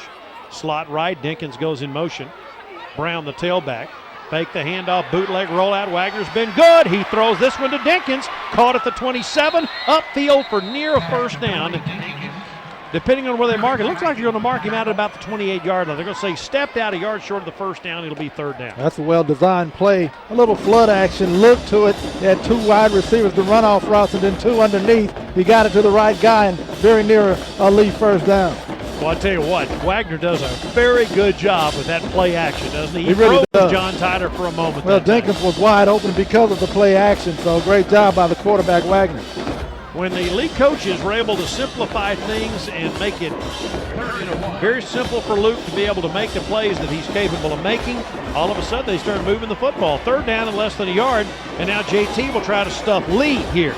Double tight end, 1 back, 2 wide receiver. Wagner under center with a quarterback sneak for a first down to the 30-yard line. So Wagner keeps it himself, picks up 1.5 yards. That's more than enough to move the chains. And Lee going back to what they did in the first half, and to end off the first half, just move the sticks methodically, work on the clock, and keep Jeremy Johnson and John Tyler's offense on the sideline. 8:08 left to play in the 3rd quarter. 28-7. Lee leads JT. Wallace, Dinkins, and Brown in the 1st quarter. Myers in the 2nd quarter. Bush has scored JT's only touchdown. They just missed on a 4th and short. After a long drive, 2nd time tonight, JT has had long drives with no points to show for it. Marquise Mosley split to the near side. Red Raiders put a man in the slot left out of the I formation, far hash 30-yard line. Dinkins goes in motion, hand the football off to Brown. He's hit in the backfield and he is stacked up. I see a bunch of blue shirts around at that time. Joe Bayonne and Alvin Arps, the fine senior tandem of linebackers among those. Arps leading the team with 67 tackles prior to tonight. Loss of 1 yard, 2nd and 11. There again, good penetration by John Tyler up front, getting the job done and making it tough to run the football on that play. Ball's near the 29-yard line. Huffstickler splits wide to the right side for the Red Raiders. Brandon Ross comes to the near side along with Dinkins. 1 back shotgun. Brown standing in the backfield next to Luke Wagner. Luke wears a glove on his left hand, not on his right hand, his passing hand. Fake the handoff, kind of a Statue of Liberty, and he throws the ball out of the backfield to Brown at the 35, 40. First down midfield down the near side, crosses into JT territory. Luke made another outstanding fake, hit the ball on his hip, and let Brown sneak out of the backfield and threw it to Day for a big game. Well-designed, well-executed play by first the quarterback Wagner, and of course Day Brown to get open out in the left side of the field for a big Lee first down. Yeah, and credit the Robert E. Lee coaching staff, guys. Great play call there, and they definitely have the JT defense guessing at this point. Dow Wynn and the Red Raider offensive coaches have come up with a great plan tonight for this game. Of course, Dow Wynn has been with Mike Owens for many years and has been through many great players at Robert E. Lee in the 14 years they've been here. And I'll bet he's about as proud of an offensive unit as he's ever been right now and what they're doing. Double slot, first down, JT 46-yard line. 2 receivers split left. They put a man in motion. Whistles blow at the snap of the football. And this is probably going to be 5 against Robert E. Lee. Red Raiders have had a low number of penalties, though, so far tonight. This is going to be false start against Robert E. Lee, costing 5 yards. Of course, John Tyler would take that. I noticed before the play, a lot of Lions with their hands on their hips, a little winded, because Lee continues to run the football effectively and hit them just enough to move the chains. 1st and 15 back at the 49-yard line. With 6:46 to go in the 3rd quarter. Red Raiders with the lead in the ball, 28-7. Great crowd tonight. Danny Long, the athletic director, estimates at least 12,000 here tonight. From their own 49-yard line, Red Raiders hand the ball off to LaQuintus Wallace, looking to get outside. Cannot. Oh, boy. That was superb on the outside over there by number 6 for Robert E. Lee, for John Tyler, Tariq Spencer, the senior. Late penalty flag, dead ball foul, and we'll see what the call is here. Again, as you mentioned, great play by Spencer. That's the second time he's been able to run Wallace down, not allowing him to turn the corner. But again, a dead ball foul. Once again, John Tyler is pointing in the direction of Robert E. Lee. Didn't work the first time. We'll see what happens. A loss of 5 pending the outcome of that penalty flag. Doyle Pogue, our referee tonight, will tell us all about it. Unsportsmanlike against the Red Raiders. So not only did they lose the 5 yards on the play, they lose 15 more on the unsportsmanlike. They come all the way back inside the 35-yard line to about the 32. Yeah, can't afford to have those kinds of plays. Again, they're up pretty big right now, but an explosive offense on the other side. You've got to play a clean second half if you hope to maintain this lead. Second down, and Robert E. Lee will need about 30, 32 for the first down. Second and Chandler for the Red Raiders. They're a long way from that first down marker at the 32-yard line. They need to get to the John Tyler 36. 2 receivers and 2 tight ends. Take the handoff. Wagner's back to pass. Flushed out of the pocket. He's going to throw it downfield. Throws it away. Intended for Tyler Huffstickler. I'm not sure whether he was throwing it away or thought he actually could complete that pass. But it worked okay. Saved the yardage, and it'll be a second down. Well, that's improvement over the past games where he would hold on to that thing too long to get sacked. He got rid of it and saved the yardage. So a good play by Wagner, but great coverage by John Tyler.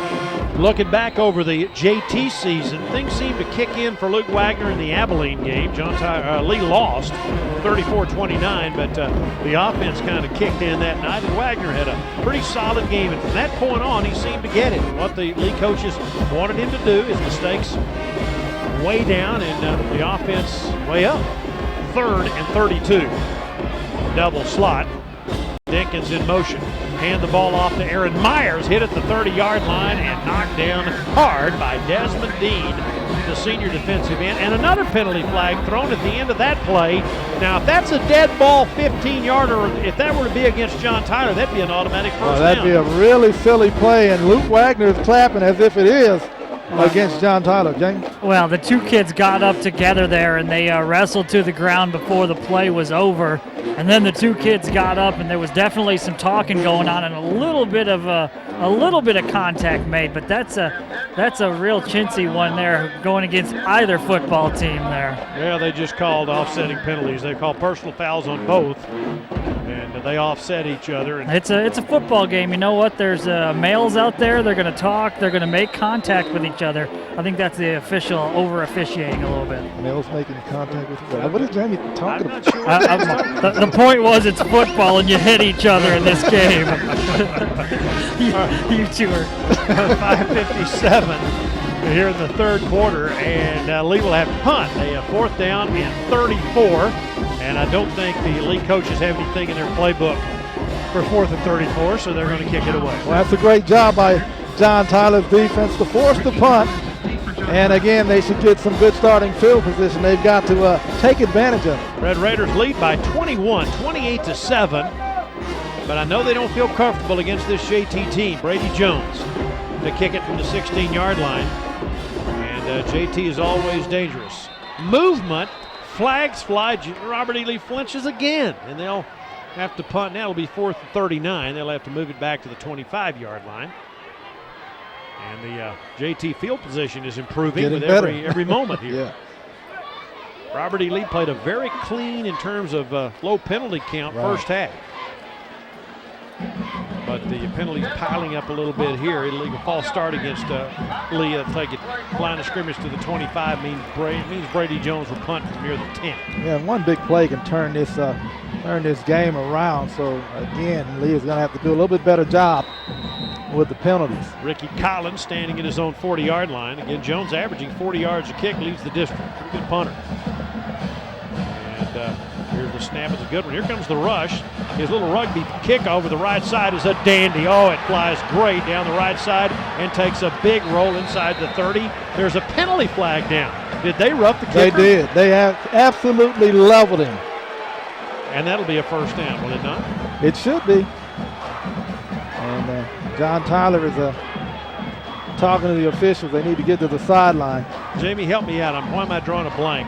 But that's not a personal foul. It's just a 15-yard penalty. So it will not be a first down. They'll get to kick it again, right? As long as it's not a personal foul, roughing the kicker is a 15-yard penalty. I think, unless I'm completely off the mark. But they did level him. What a great kick by Jones. He kind of used that little rugby punt to roll out to the right, drew the rush, and then kicked the ball downfield. That would have been a very effective punt either way. The John Tyler coaches, or Coach Rush, is out near the hash mark along the near side. Coach Rush's wife, Angel's a member of the Tyler Police Department. And he has a daughter. Great family guy. Rush is quite a guy. Mike Owens, of course. Got to be a first down. Lee's offense is back on the field because of any 15-yard penalty is a personal foul. Okay, right? Okay.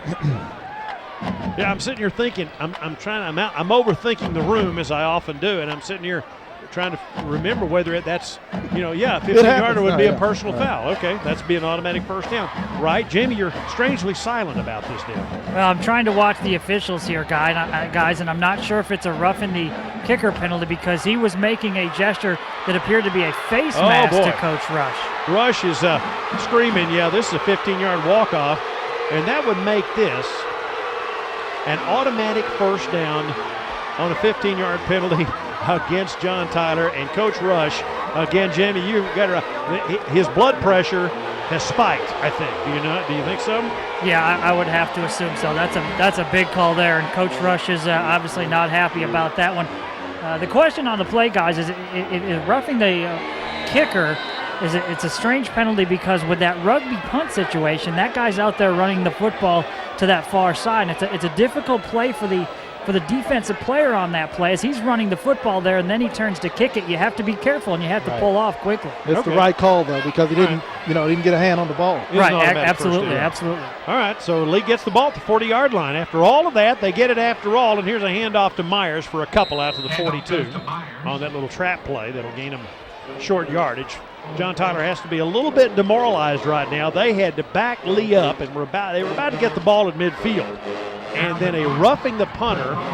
Now the rugby punt that is commonly used now means the punter will take the snap and he'll roll either left or right, and he'll actually run with it a little bit back there, and then he'll kick. Generally, because he's moving, the kick will often be end over end. It won't be that high spiral, but it's very effective. A lot of times it'll get a roll. In some cases, the guy will even run with it. You need a pretty good athlete to do that.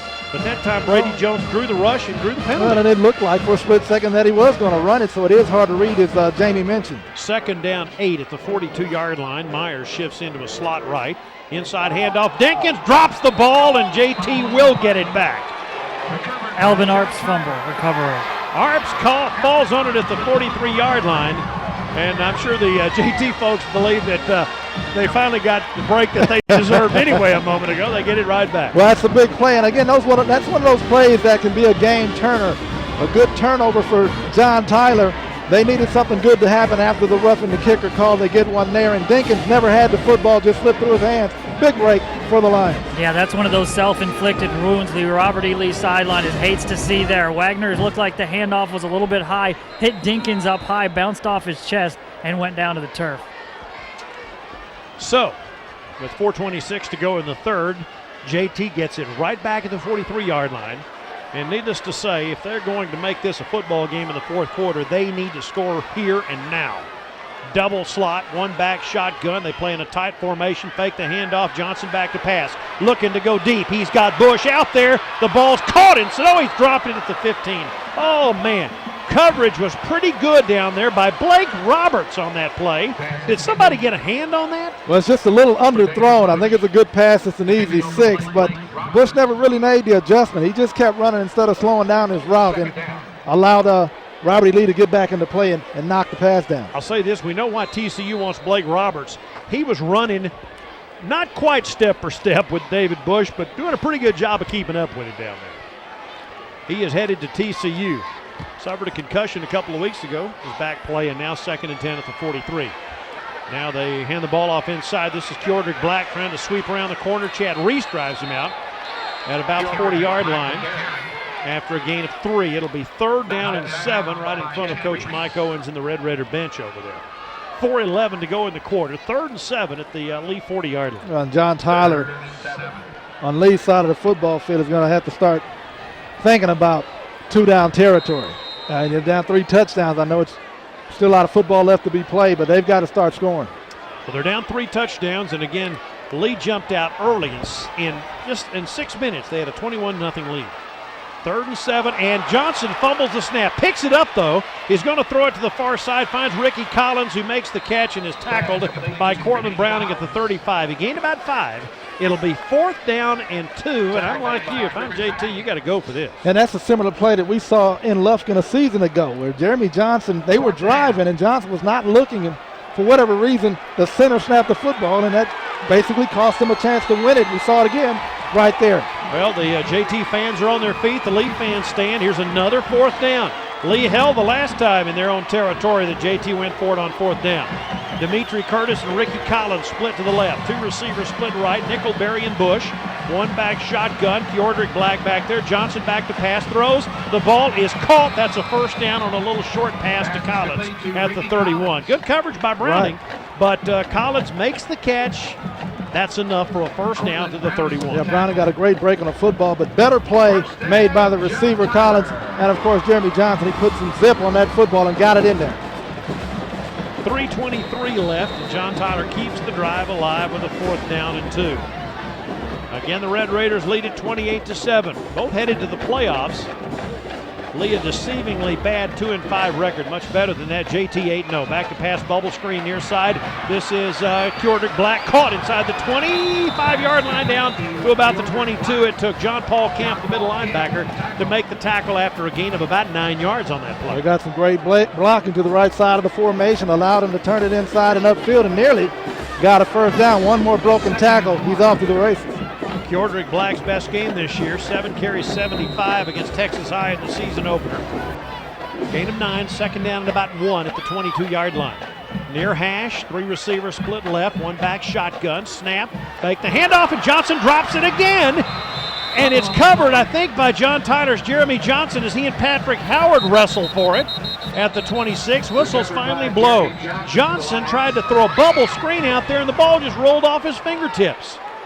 It's JT's ball, Jamie. Yeah, when Jeremy pulled the arm back to try to throw it forward, the ball just slipped out of his hands as his arm came forward. That one was close to being an incomplete pass, but a good play there by Jeremy to get down on the football.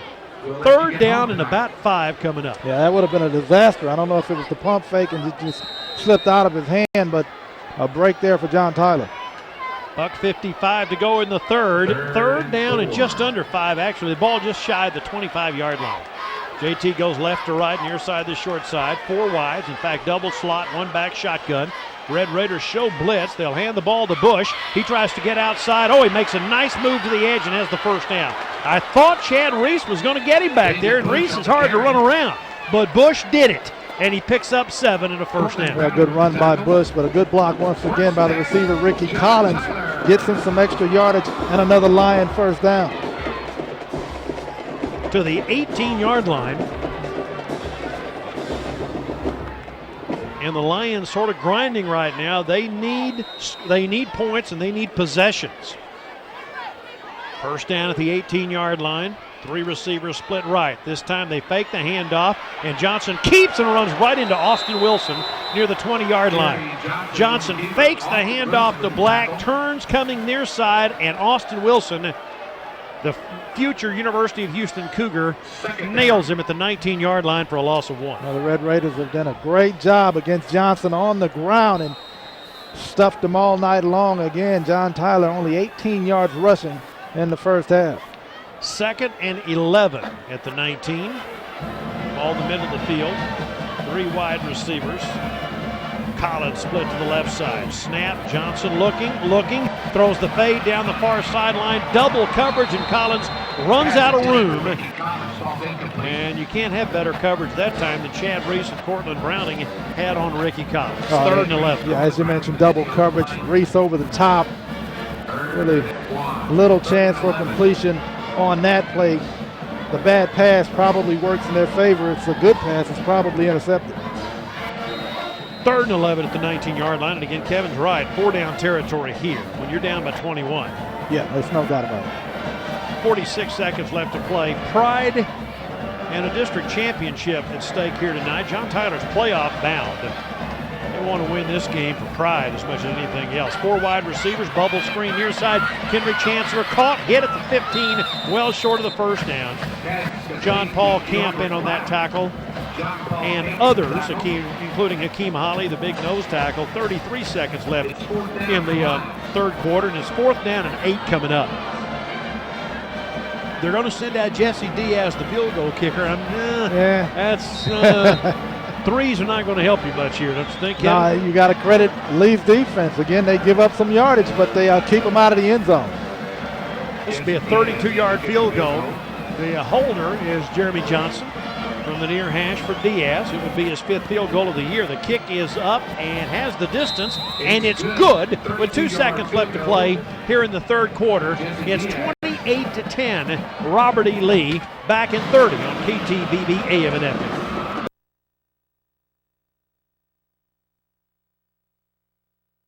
JT gets points, but I would have to call that, fellas, a win for the Lee defense to hold them to a 32-yard field goal. They still lead 28-10. Well, and at least John Tyler doesn't come away empty-handed. They do get something on the scoreboard. As you mentioned, great job by Lee's defense to keep them out of the end zone. Well, good to get some positive momentum for John Tyler, but remember, it's still a 3-score game. They win the World of Northeast Texas kickoff from the 40-yard line. Back deep for Lee, of course, LaQuintus Wallace and Aaron Myers. 2 of the fastest guys, probably the 2 fastest on the team. Diaz has it teed up at the 40. Check that, the kicker is Julian Verona. Ball teed up, let's see what they do. It's high and it is short and will be fair caught by the Red Raiders. Brandon Ross at the 34-yard line. And the Red Raiders will get to run a play, and the third quarter will be at an end here. Basically for Lee now, just a matter of trying to play keep away. They've got an 18-point lead and the third quarter all but gone. Well, and they've been pretty good at that tonight. Again, just running the football and short passes, just enough to move the chains and keep the clock ticking. So we'll see if they're able to get back to doing that. That's a dangerous kick, but a good job by Ross to fair catch it and reel it in. Red Raiders lead at 28-10 as we wind down quarter number 3. Lee will take this snap from the 34-yard line. Wagner has pretty much gone all the way at quarterback tonight. I don't know that Dinkins has taken any snaps at quarterback, maybe 1 or 2. Offset backfield, slot right. Put a man in motion, whistles blow. And this will be a 5-yard walk-off, probably against Robert E. Lee again. They've struggled with that here in the third quarter. I believe that's the same way they started off their last offensive possession with a 5-yard penalty, and you don't want to do that. Ball start will move the Red Raiders back to the 29-yard line with 1 tick left on the third quarter clock.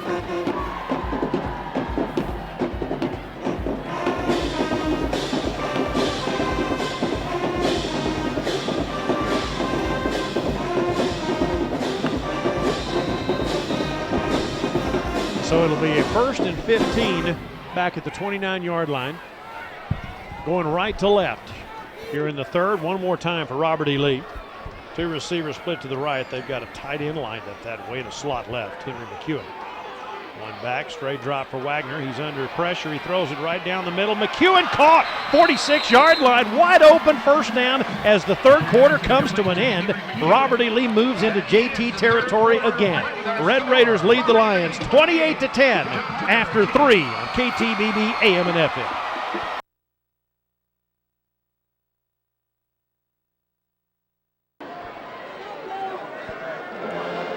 Fourth quarter here at Trinity Mother Frances Rose Stadium, 28-10. The Red Raiders lead. They've got the ball as we start the quarter from the John Tyler 46-yard line.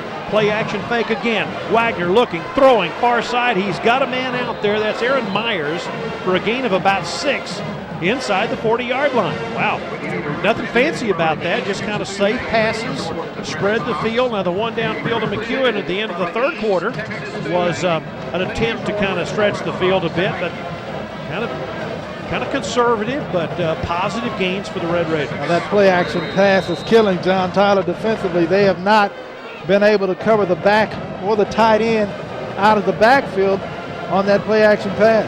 2nd and 4 after that 6-yard gain just inside the 40-yard line. Lee goes left to right here in the 4th, double slots. Dinkins in motion. Play action, the handoff coming near side. Myers has to reverse field. There's nowhere to go. Now there is. There he goes. 30, 25, 20, 15, 10, 5. 1st and goal. Robert E. Lee. Well, it's absolutely amazing. Again, we've seen this, especially since district play has started. Everybody for Robert E. Lee has proven to be tough to tackle. And John Tyler is having a tough time tackling anybody who is carrying the football for Robert E. Lee. Again, they got behind early, Jamie, and they've just not been able to do anything with this Lee offense. That's a terrific job by Aaron Myers there as he waits in the backfield and just kind of waits for things to clear out. Found an opening and shows great speed to hit the hole and get to the outside. All right, so it's a 1st and goal at the 4-yard line for the Robert E. Lee Red Raiders. They've got the ball, they've got the lead, they've got the momentum, and they've got the fans on their side. Some of the John Tyler folks heading to the exits now early in the 4th quarter. The Red Raiders, this time Dinkins is the quarterback in a double tight end shotgun look from the near hash. Shotgun snap, there goes Dinkins with blockers in front of him, cuts it inside, flag down, he scores. Dinkins scores what probably would be the clinching touchdown unless it comes back. That's going to be a hold. Ashton Dorsey was getting held as he tried to get into the backfield and make a play. A very nice player by the Red Raiders, but however, it will come back. It's a good hold if you can get away with it. He got into the end zone, but that'll cost him some yardage. So holding, we'll take it back to the 14-yard line. The Red Raiders will get to do it all over again. Again, they're at an 18-point advantage. They score here, and the math just not working for John Tyler at that point. It's going to be very difficult. This in no way diminishes what has been and still is an unbelievably good season for the Lions. But they're going to have a difficult hill to climb here in the 4th quarter. Again, they are playoff bound. Their fans should not be discouraged. 2 receivers, 1st and goal, 14-yard line following the penalty flag.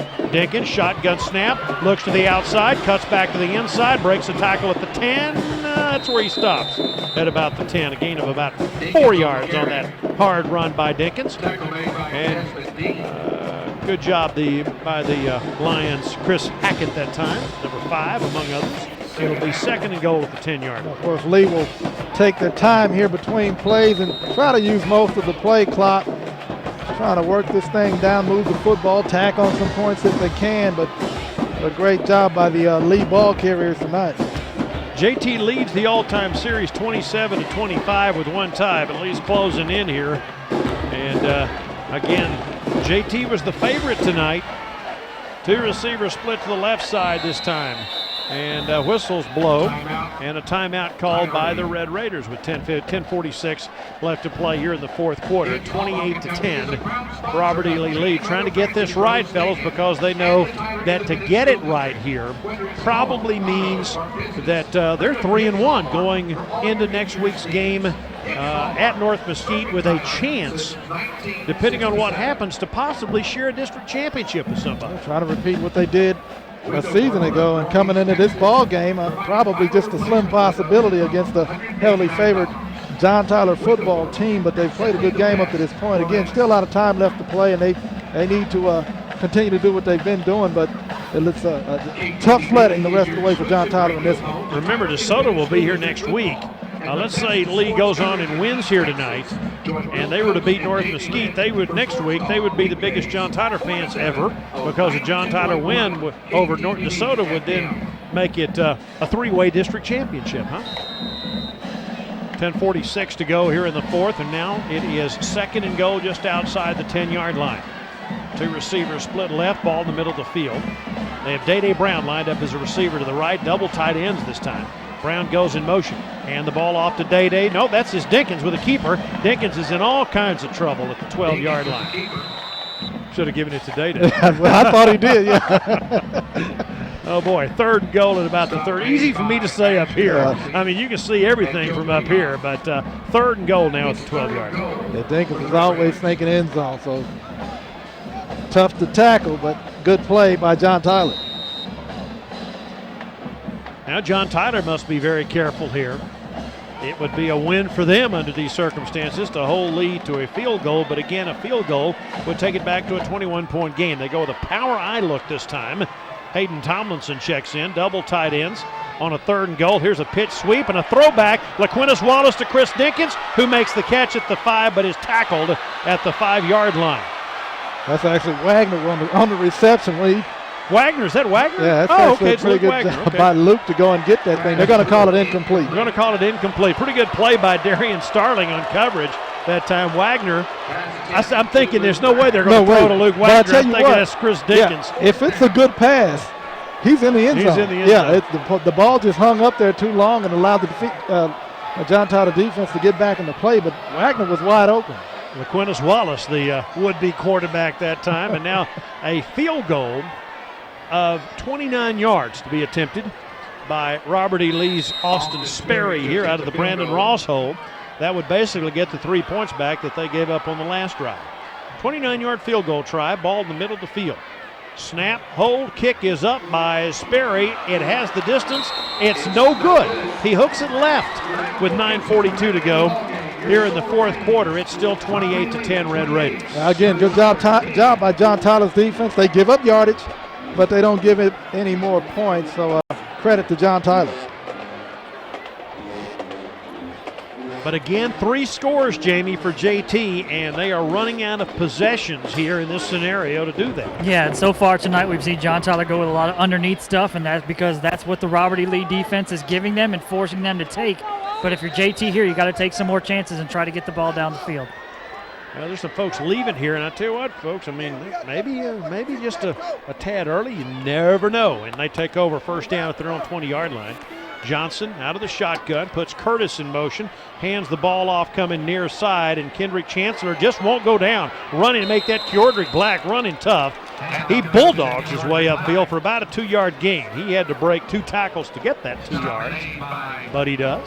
That's a tough run, but, Robert E. Lee, they don't mind that. No. They're going to keep the clock ticking in short yardage on the handoff.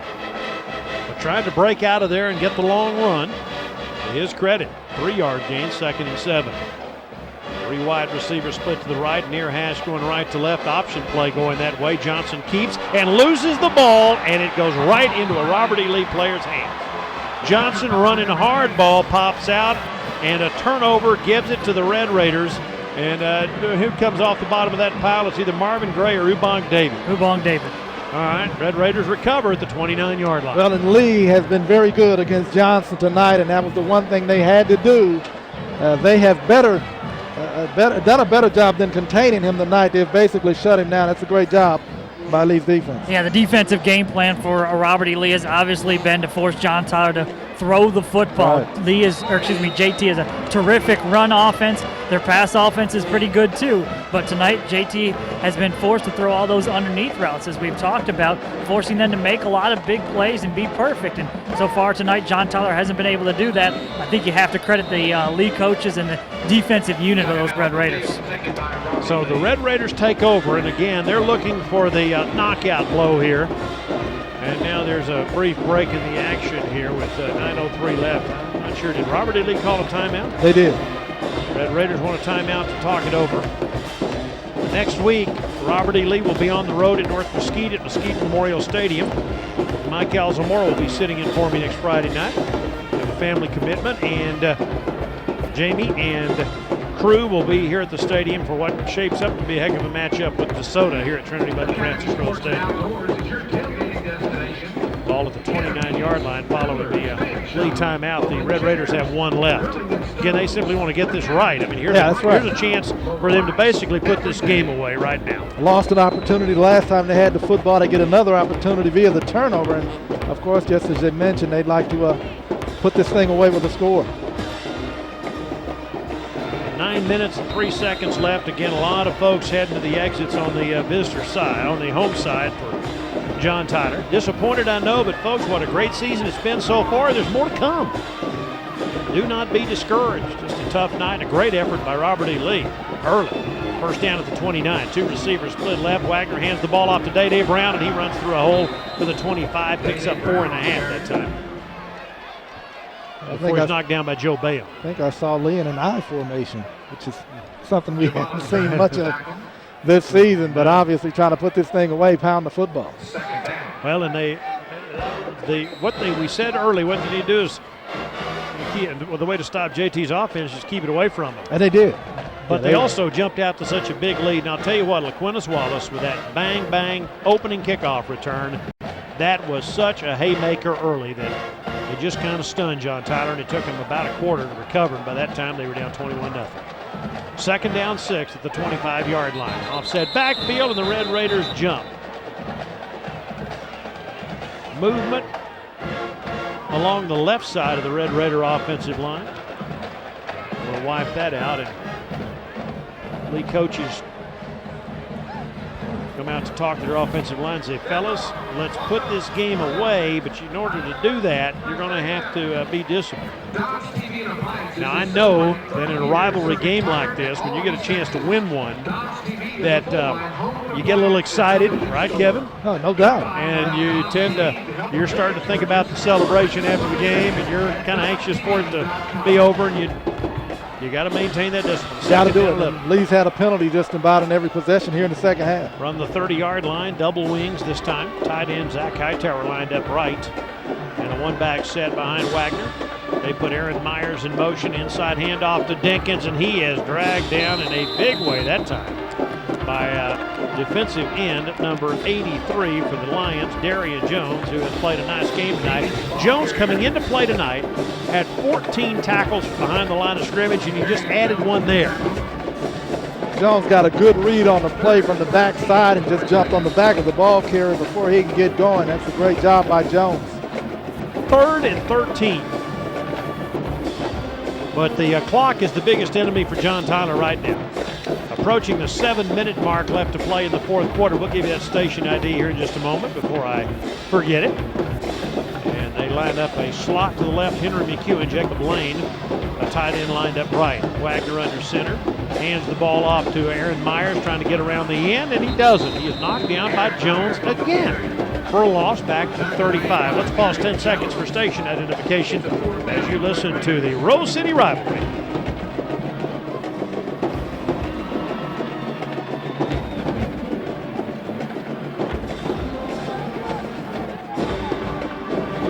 .645 left to play and the clock ticking. Robert E. Lee facing a 4th and 16. They're not happy about that, but when you got an 18-point lead, you just keep letting that clock wind down. Still 16 on the play clock.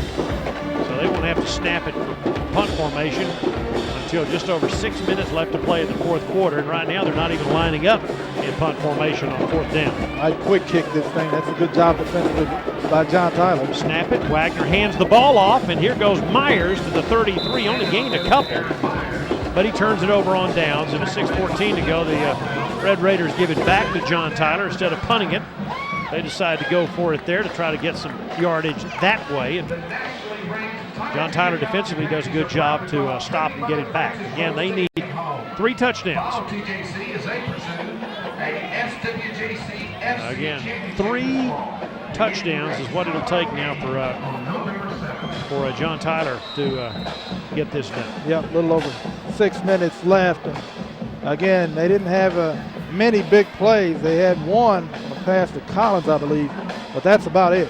Well, the Red Raiders have 1, 2, 3, 4. Basically, they haven't changed their defense. And back to pass Johnson out of the shotgun. Looking to go deep. He does. Airs it out down there for Collins, and it is knocked away at the 15-yard line by Cortland Browning. And they say that was a clean defensive play. Incomplete, 2nd down. That's a good-looking pass by Johnson, but Cortland was able to get back into the play. He was beaten by a couple of steps, but got back into play and broke it up. Good job by Browning. Yeah, that one hits the hands of Ricky Collins, but a great job by Browning to reach in just as it hits his hands. Just kind of got a hand in there, was able to poke it away. 6:05 left, 2nd and 10. Lions need a quick strike. They need something quick now before they can even think about an onside kick and maybe getting the ball back midway through the fourth quarter. So 2nd and 10 at the 33-yard line. Johnson out of the shotgun, inside handoff. Kendrick Chancellor upfield, make that Kjordrick Black out to the 39 for a gain of 6. Kjordrick's had a Good solid night. Actually call it again right at 7 where they mark him at the 40-yard line. It'll be a 3rd down and 3 coming up. Yeah, again, Lee will allow them to do that. They don't mind if they hand the football off. They just simply don't want to give up the big play. 3rd down and 3 at about the 40-yard line. Double slot shotgun, man goes in motion, handoff, Bush coming this way. He's got the first down after the 46, 47, 8, 9-yard line. David Bush running tough that time. And that'll be a first down for the Lions with 5:23 left to play. Yeah, that is a good tough run by Bush. Should have been stopped short of the first down, but turned it back inside and broke a tackle or two to get the first down. As disappointing as this is tonight for John Tyler fans, let's put some perspective on this whole thing. 2 years ago, these seniors went 1-9 in Coach Rush's first year. Last year, they won a playoff game for the first time since 2000. Now they're 8-0. They dump it out on first down near side. This is Black with a catch across midfield to the 46. That Colleen Shoemaker game was a great boost to the program to win that and get a playoff victory. And then should have won round 2 in Corsicana against Lake Highlands. Missed an extra point that would have sent the game into overtime, but these guys are 8-0 right now. They probably are going to be 8-1 after this, but let's put this all in perspective and see how far John Tyler's come in a couple of years under this coaching staff. 2nd down and 5, 2nd and 4 at the 45-yard line near hash. Jeremy Johnson bubble screen far side to Bush, gets a nice block and has the first down and more, but Austin Wilson makes an excellent play, got him around the waist at the 37-yard line, but another John Tyler first down. Yeah, that's a good play, but again, Lee will give this up, and as long as they keep the receivers in front of them and not allow the big play, Lee is satisfied with that. Yes, they are. Because, again, it's all about possessions right now with 5:03 left to play here in the 4th quarter. Shotgun snap again. Johnson throws middle, and Collins on that little inside screen drops the ball at the 38 and takes a hard lick at the end of that play, but he's popping back up. Boy, Ricky Collins has been dynamite this year. Collins played JV ball last year, opted to get as much time as possible reps on the JV squad. And it helped him. He became a star for John Tyler overnight, basically. Yeah, was offered a scholarship by SMU before ever playing a varsity down. That's pretty good. That is that's great. That's what they did with you, wasn't it? Ooh, sorry about that. 2nd and 10. I got the look. You should have seen that look, Jamie. 2nd down at the 37. Shotgun snap, 3-man rush, far side to Nickelberry at the 30. Nickelberry picks up 9 and then 4. Red helmeted, white shirted Red Raiders were around him to stop him short of the first down at about the 29-yard line. And they kept him in bounds, too, with 4:40 to go. Just as important as keeping him short of the first down, they kept him in bounds, and the clock continues to roll. Great job defensively. 3rd and 2 at the 29-yard line. Lions would love to at least put another one up on the board. Black in the backfield, snap, handoff to Kjordrick. There's a first down and more down to the 16. Nice scoop by Kjordrick Black. Marvin Gray and Austin Wilson on the tackle. First down Lions at the 16-yard line. A good blocking right up the middle. Again, it's been tough sledding all night for John Tyler, but a good run there. Great blocking up front. Red Raiders lead 28-10. 4th quarter, 4:20 to go. Bit of an upset, at least in the minds of many, coming into this game tonight, but the Red Raiders jumped out to a 21-zip lead. Man in motion from the 16. Here's Kjordrick Black, and that'll be a touchdown Lions. Right up the middle from 16.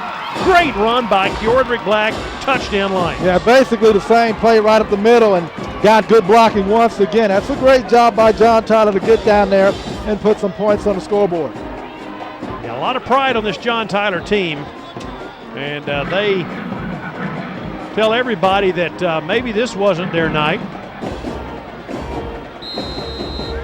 But they are certainly not going away. Having said that, with 4:09 to go, it's about to become an 11-point ball game. As Diaz, as he adds the extra point, makes it 28-17. Robert E. Lee with 4:09 to go on KTBB AM and FM.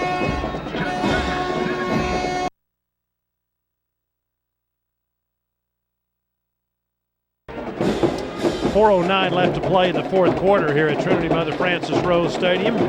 and Earl Campbell Field. Bill Coates, Kevin Simon, and Jamie Lynn, 28-17. Robert E. Lee's lead is 11. John Tyler gets a 16-yard touchdown run from Keordrick Black, who again's had a very nice night for the Lions. That's his 7th touchdown of the year for the senior tailback.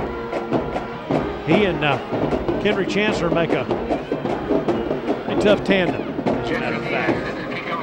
And again, when the playoffs roll around, John Tyler is going to be deadly dangerous for whoever they hook up with in the first round. But again, you figure an onside kick coming here. If the Lions were to somehow get this back, this thing could still be interesting. Well, they still have all 3 timeouts from what I see, and yeah, I mean, it's not over.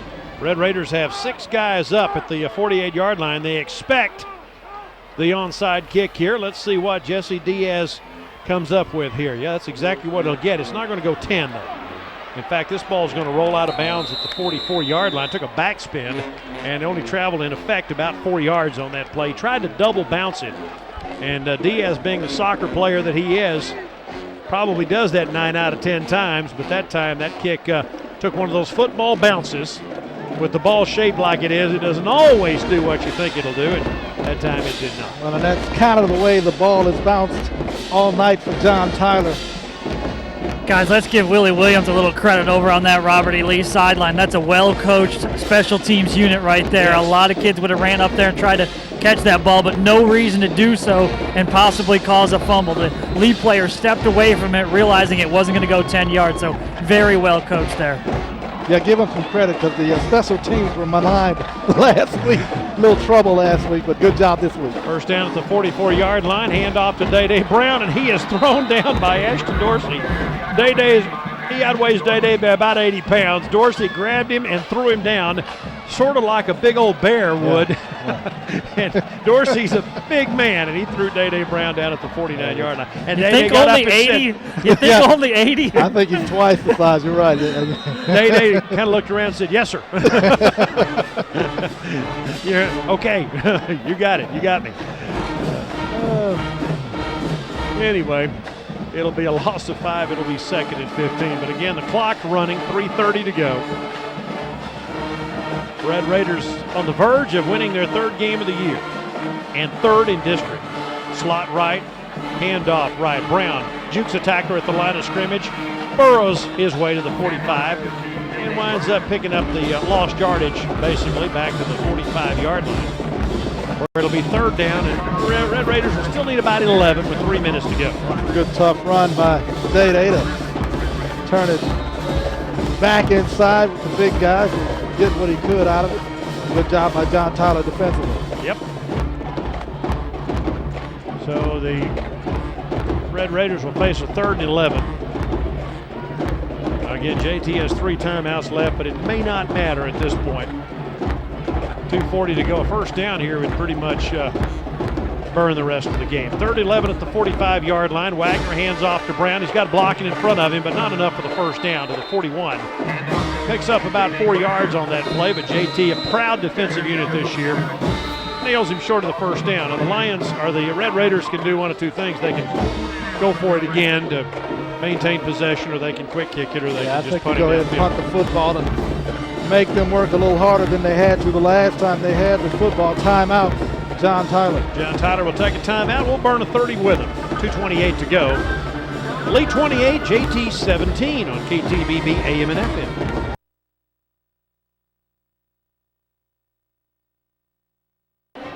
2:28 left to play, 28-17. The Red Raiders lead the Lions by 11 here in the 4th quarter. Scoreboard show coming up after the game. Not a lot of great action in the area, and we'll try to update you on as much of that as we can. As this big crowd tonight here, half of them happy, half disappointed. 4th and 7, and Brady Jones is in to punt the football for the Robert E. Lee Red Raiders. Done a nice job doing that tonight for Robert E. Lee. And this ball's at the 42. And clock is stopped right now, so the clock is not running. The Lions put 8 guys up. They could opt to go. They're pointing at Robert E. Lee as if somebody moved, but that will not get called. And now the snap is high to Jones, and he's going to kick it end over end downfield. Pretty effective punt, fair caught at the 12-yard line by Ricky Collins. So JT will take over the 12-yard line with 2:22 to go. There's a penalty flag on the other side on the Robert E. Lee sideline. And looks like it'll go against John Tyler, and Lee will probably decline it. Other scores on the scoreboard show coming up. Let's see, Chapel Hill beat Buller tonight 62-0. Wow. For the Texas first High has knocked district off game. Hallsville 12-10. West Russ leading Troop 18-7, beat Troop 18-7, and Jacksonville over Kilgore 28-10. Interesting. Boy, those Jacksonville Indians a much improved team this year. Dangerfield a 60-0, 50-0 win over Ore City. First down, Lions with 2:22 left at their own 12-yard line. 4 wide receivers, 1 back shotgun. Jeremy Johnson has gone all the way. What a great year he's had. I still think he's the district MVP this year. Numbers are just overwhelming. Snap, make the handoff. Johnson from the 4-yard line throws the deep ball. Beautiful spiral into double coverage, and Collins almost had it at the 40, but he had Chad Reese and Cortland Browning on him, and that is a tough tandem to try to beat deep, and it'll be second down. That's another great pass by Johnson. He almost made the connection. Thought Collins had actually come away with it or come down with it, but not able to hold on to it. So it'll be second down from the 12-yard line. Didn't burn up a lot of time. 2:14 left to play.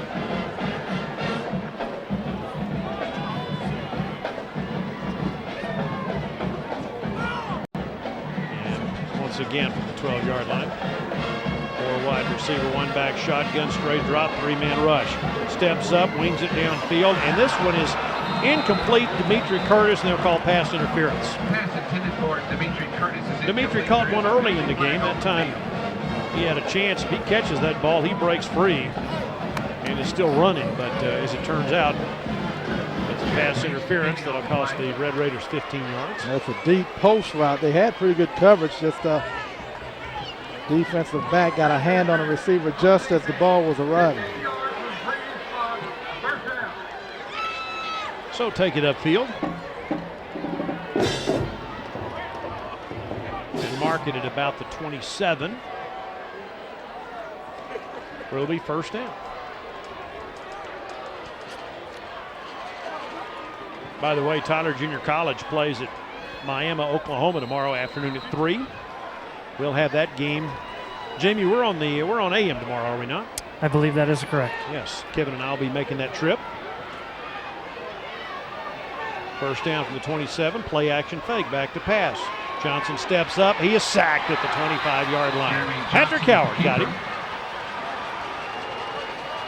Patrick, of course, has been out for 2 weeks with ankle problems, but Patrick Howard picks up that sack with 1:53 left to go. It'll be second down and a dozen. Yeah, Lee has absolutely had Johnson's number tonight, both on the ground and pretty good job through the air as well. Timeout, John Tyler. JT will take another timeout. We will too with 1:46 to go. 28-17 Red Raiders, KTBB AM and FM.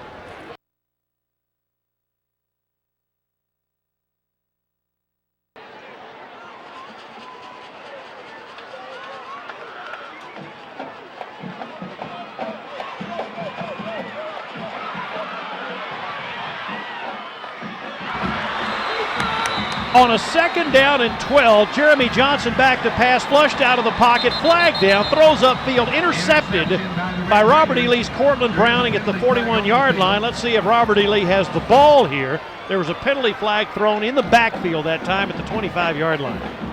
Red Raiders lead 28-17. Let's see what this is all He about. may have been past the line of scrimmage, not sure though. Yeah, and the interception then would stand. That would be what, the third or fourth John Tyler turnover tonight. Very unlike them, and this will be Robert E. Lee's football. They'll get to kill the clock. Illegal forward pass declined.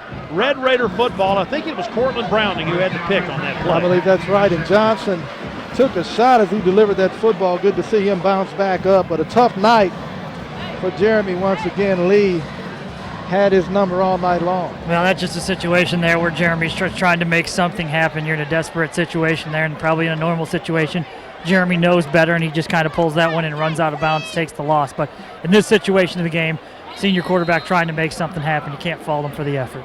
$1:36 to go. JT has only one timeout left. I'm wondering if they'll even bother to try to use it here. as the Red Raiders get into the coach's favorite formation, the kneel down. When you've got an 11-point lead, Wagner will do just that. And if John Tyler doesn't call a timeout, they'll have to do it one more time, maybe two more times. I guess two more times with $1:25 to go. Loss of 2, it'll be second down and 12. Again, Robert E. Lee, after losing early to some great football teams in non-district, Lufkin, Longview, Abilene, Flower Mound, Marcus, beat Mesquite 45-30, lost to DeSoto 28-21, beat Mesquite-Horn 48-27. They'll go to 3-1 in District 11 5A. Lee had the toughest non-district schedule in the state, and it is obviously paying dividends here in district play.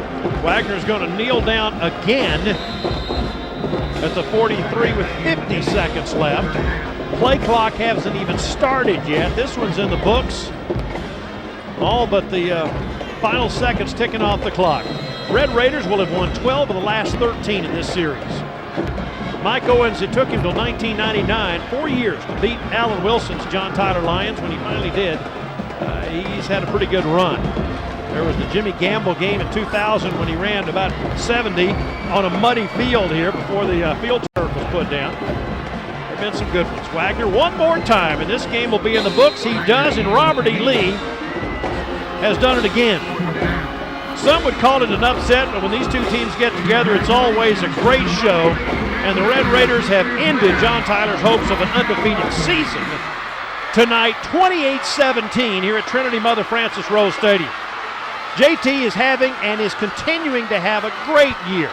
They're 8-1, 3-1 in the district, just an unbelievably good football team. But tonight, Robert E. Lee had their number. Red Raiders jump on them early and get the win in fine fashion tonight, 28-17. Yeah, simply stated, Lee, and we talked about this, Lee just simply knows how to beat.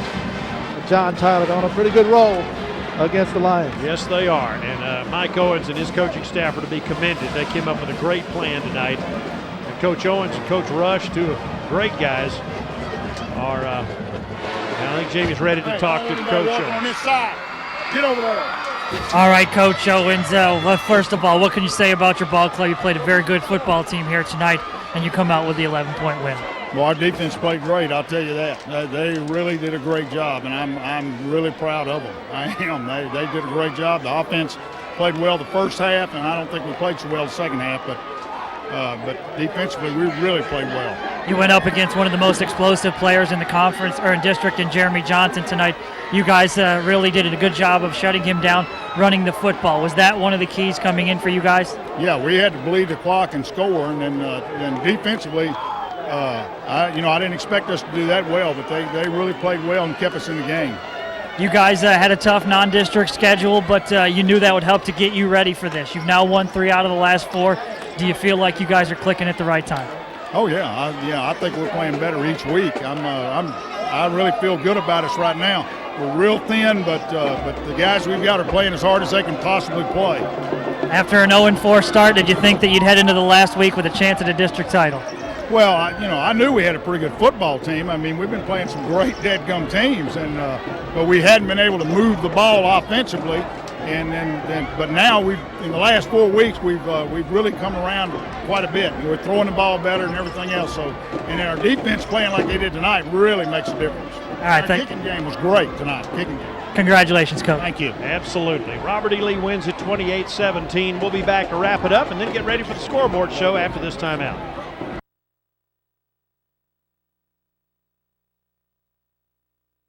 Back down to the sideline, 28-17. Lee defeats John Tyler tonight. Jamie standing by with Derek Rush. All right, Coach. Your ball club has executed both very well on both the offense and defensive side all season long tonight. But tonight you run up against a good team and take your first loss.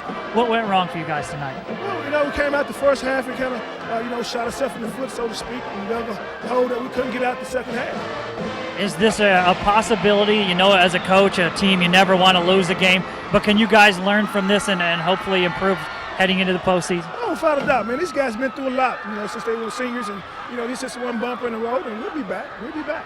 What do you say to your kids? How do you guys bounce back? we play DeSoto next week, and plus we're in the playoffs. So that's definitely a positive right there. Like I said, we'll bounce back. We've been through a lot of adversity in this right here, so we'll be okay. Thanks a lot, Coach. Appreciate it.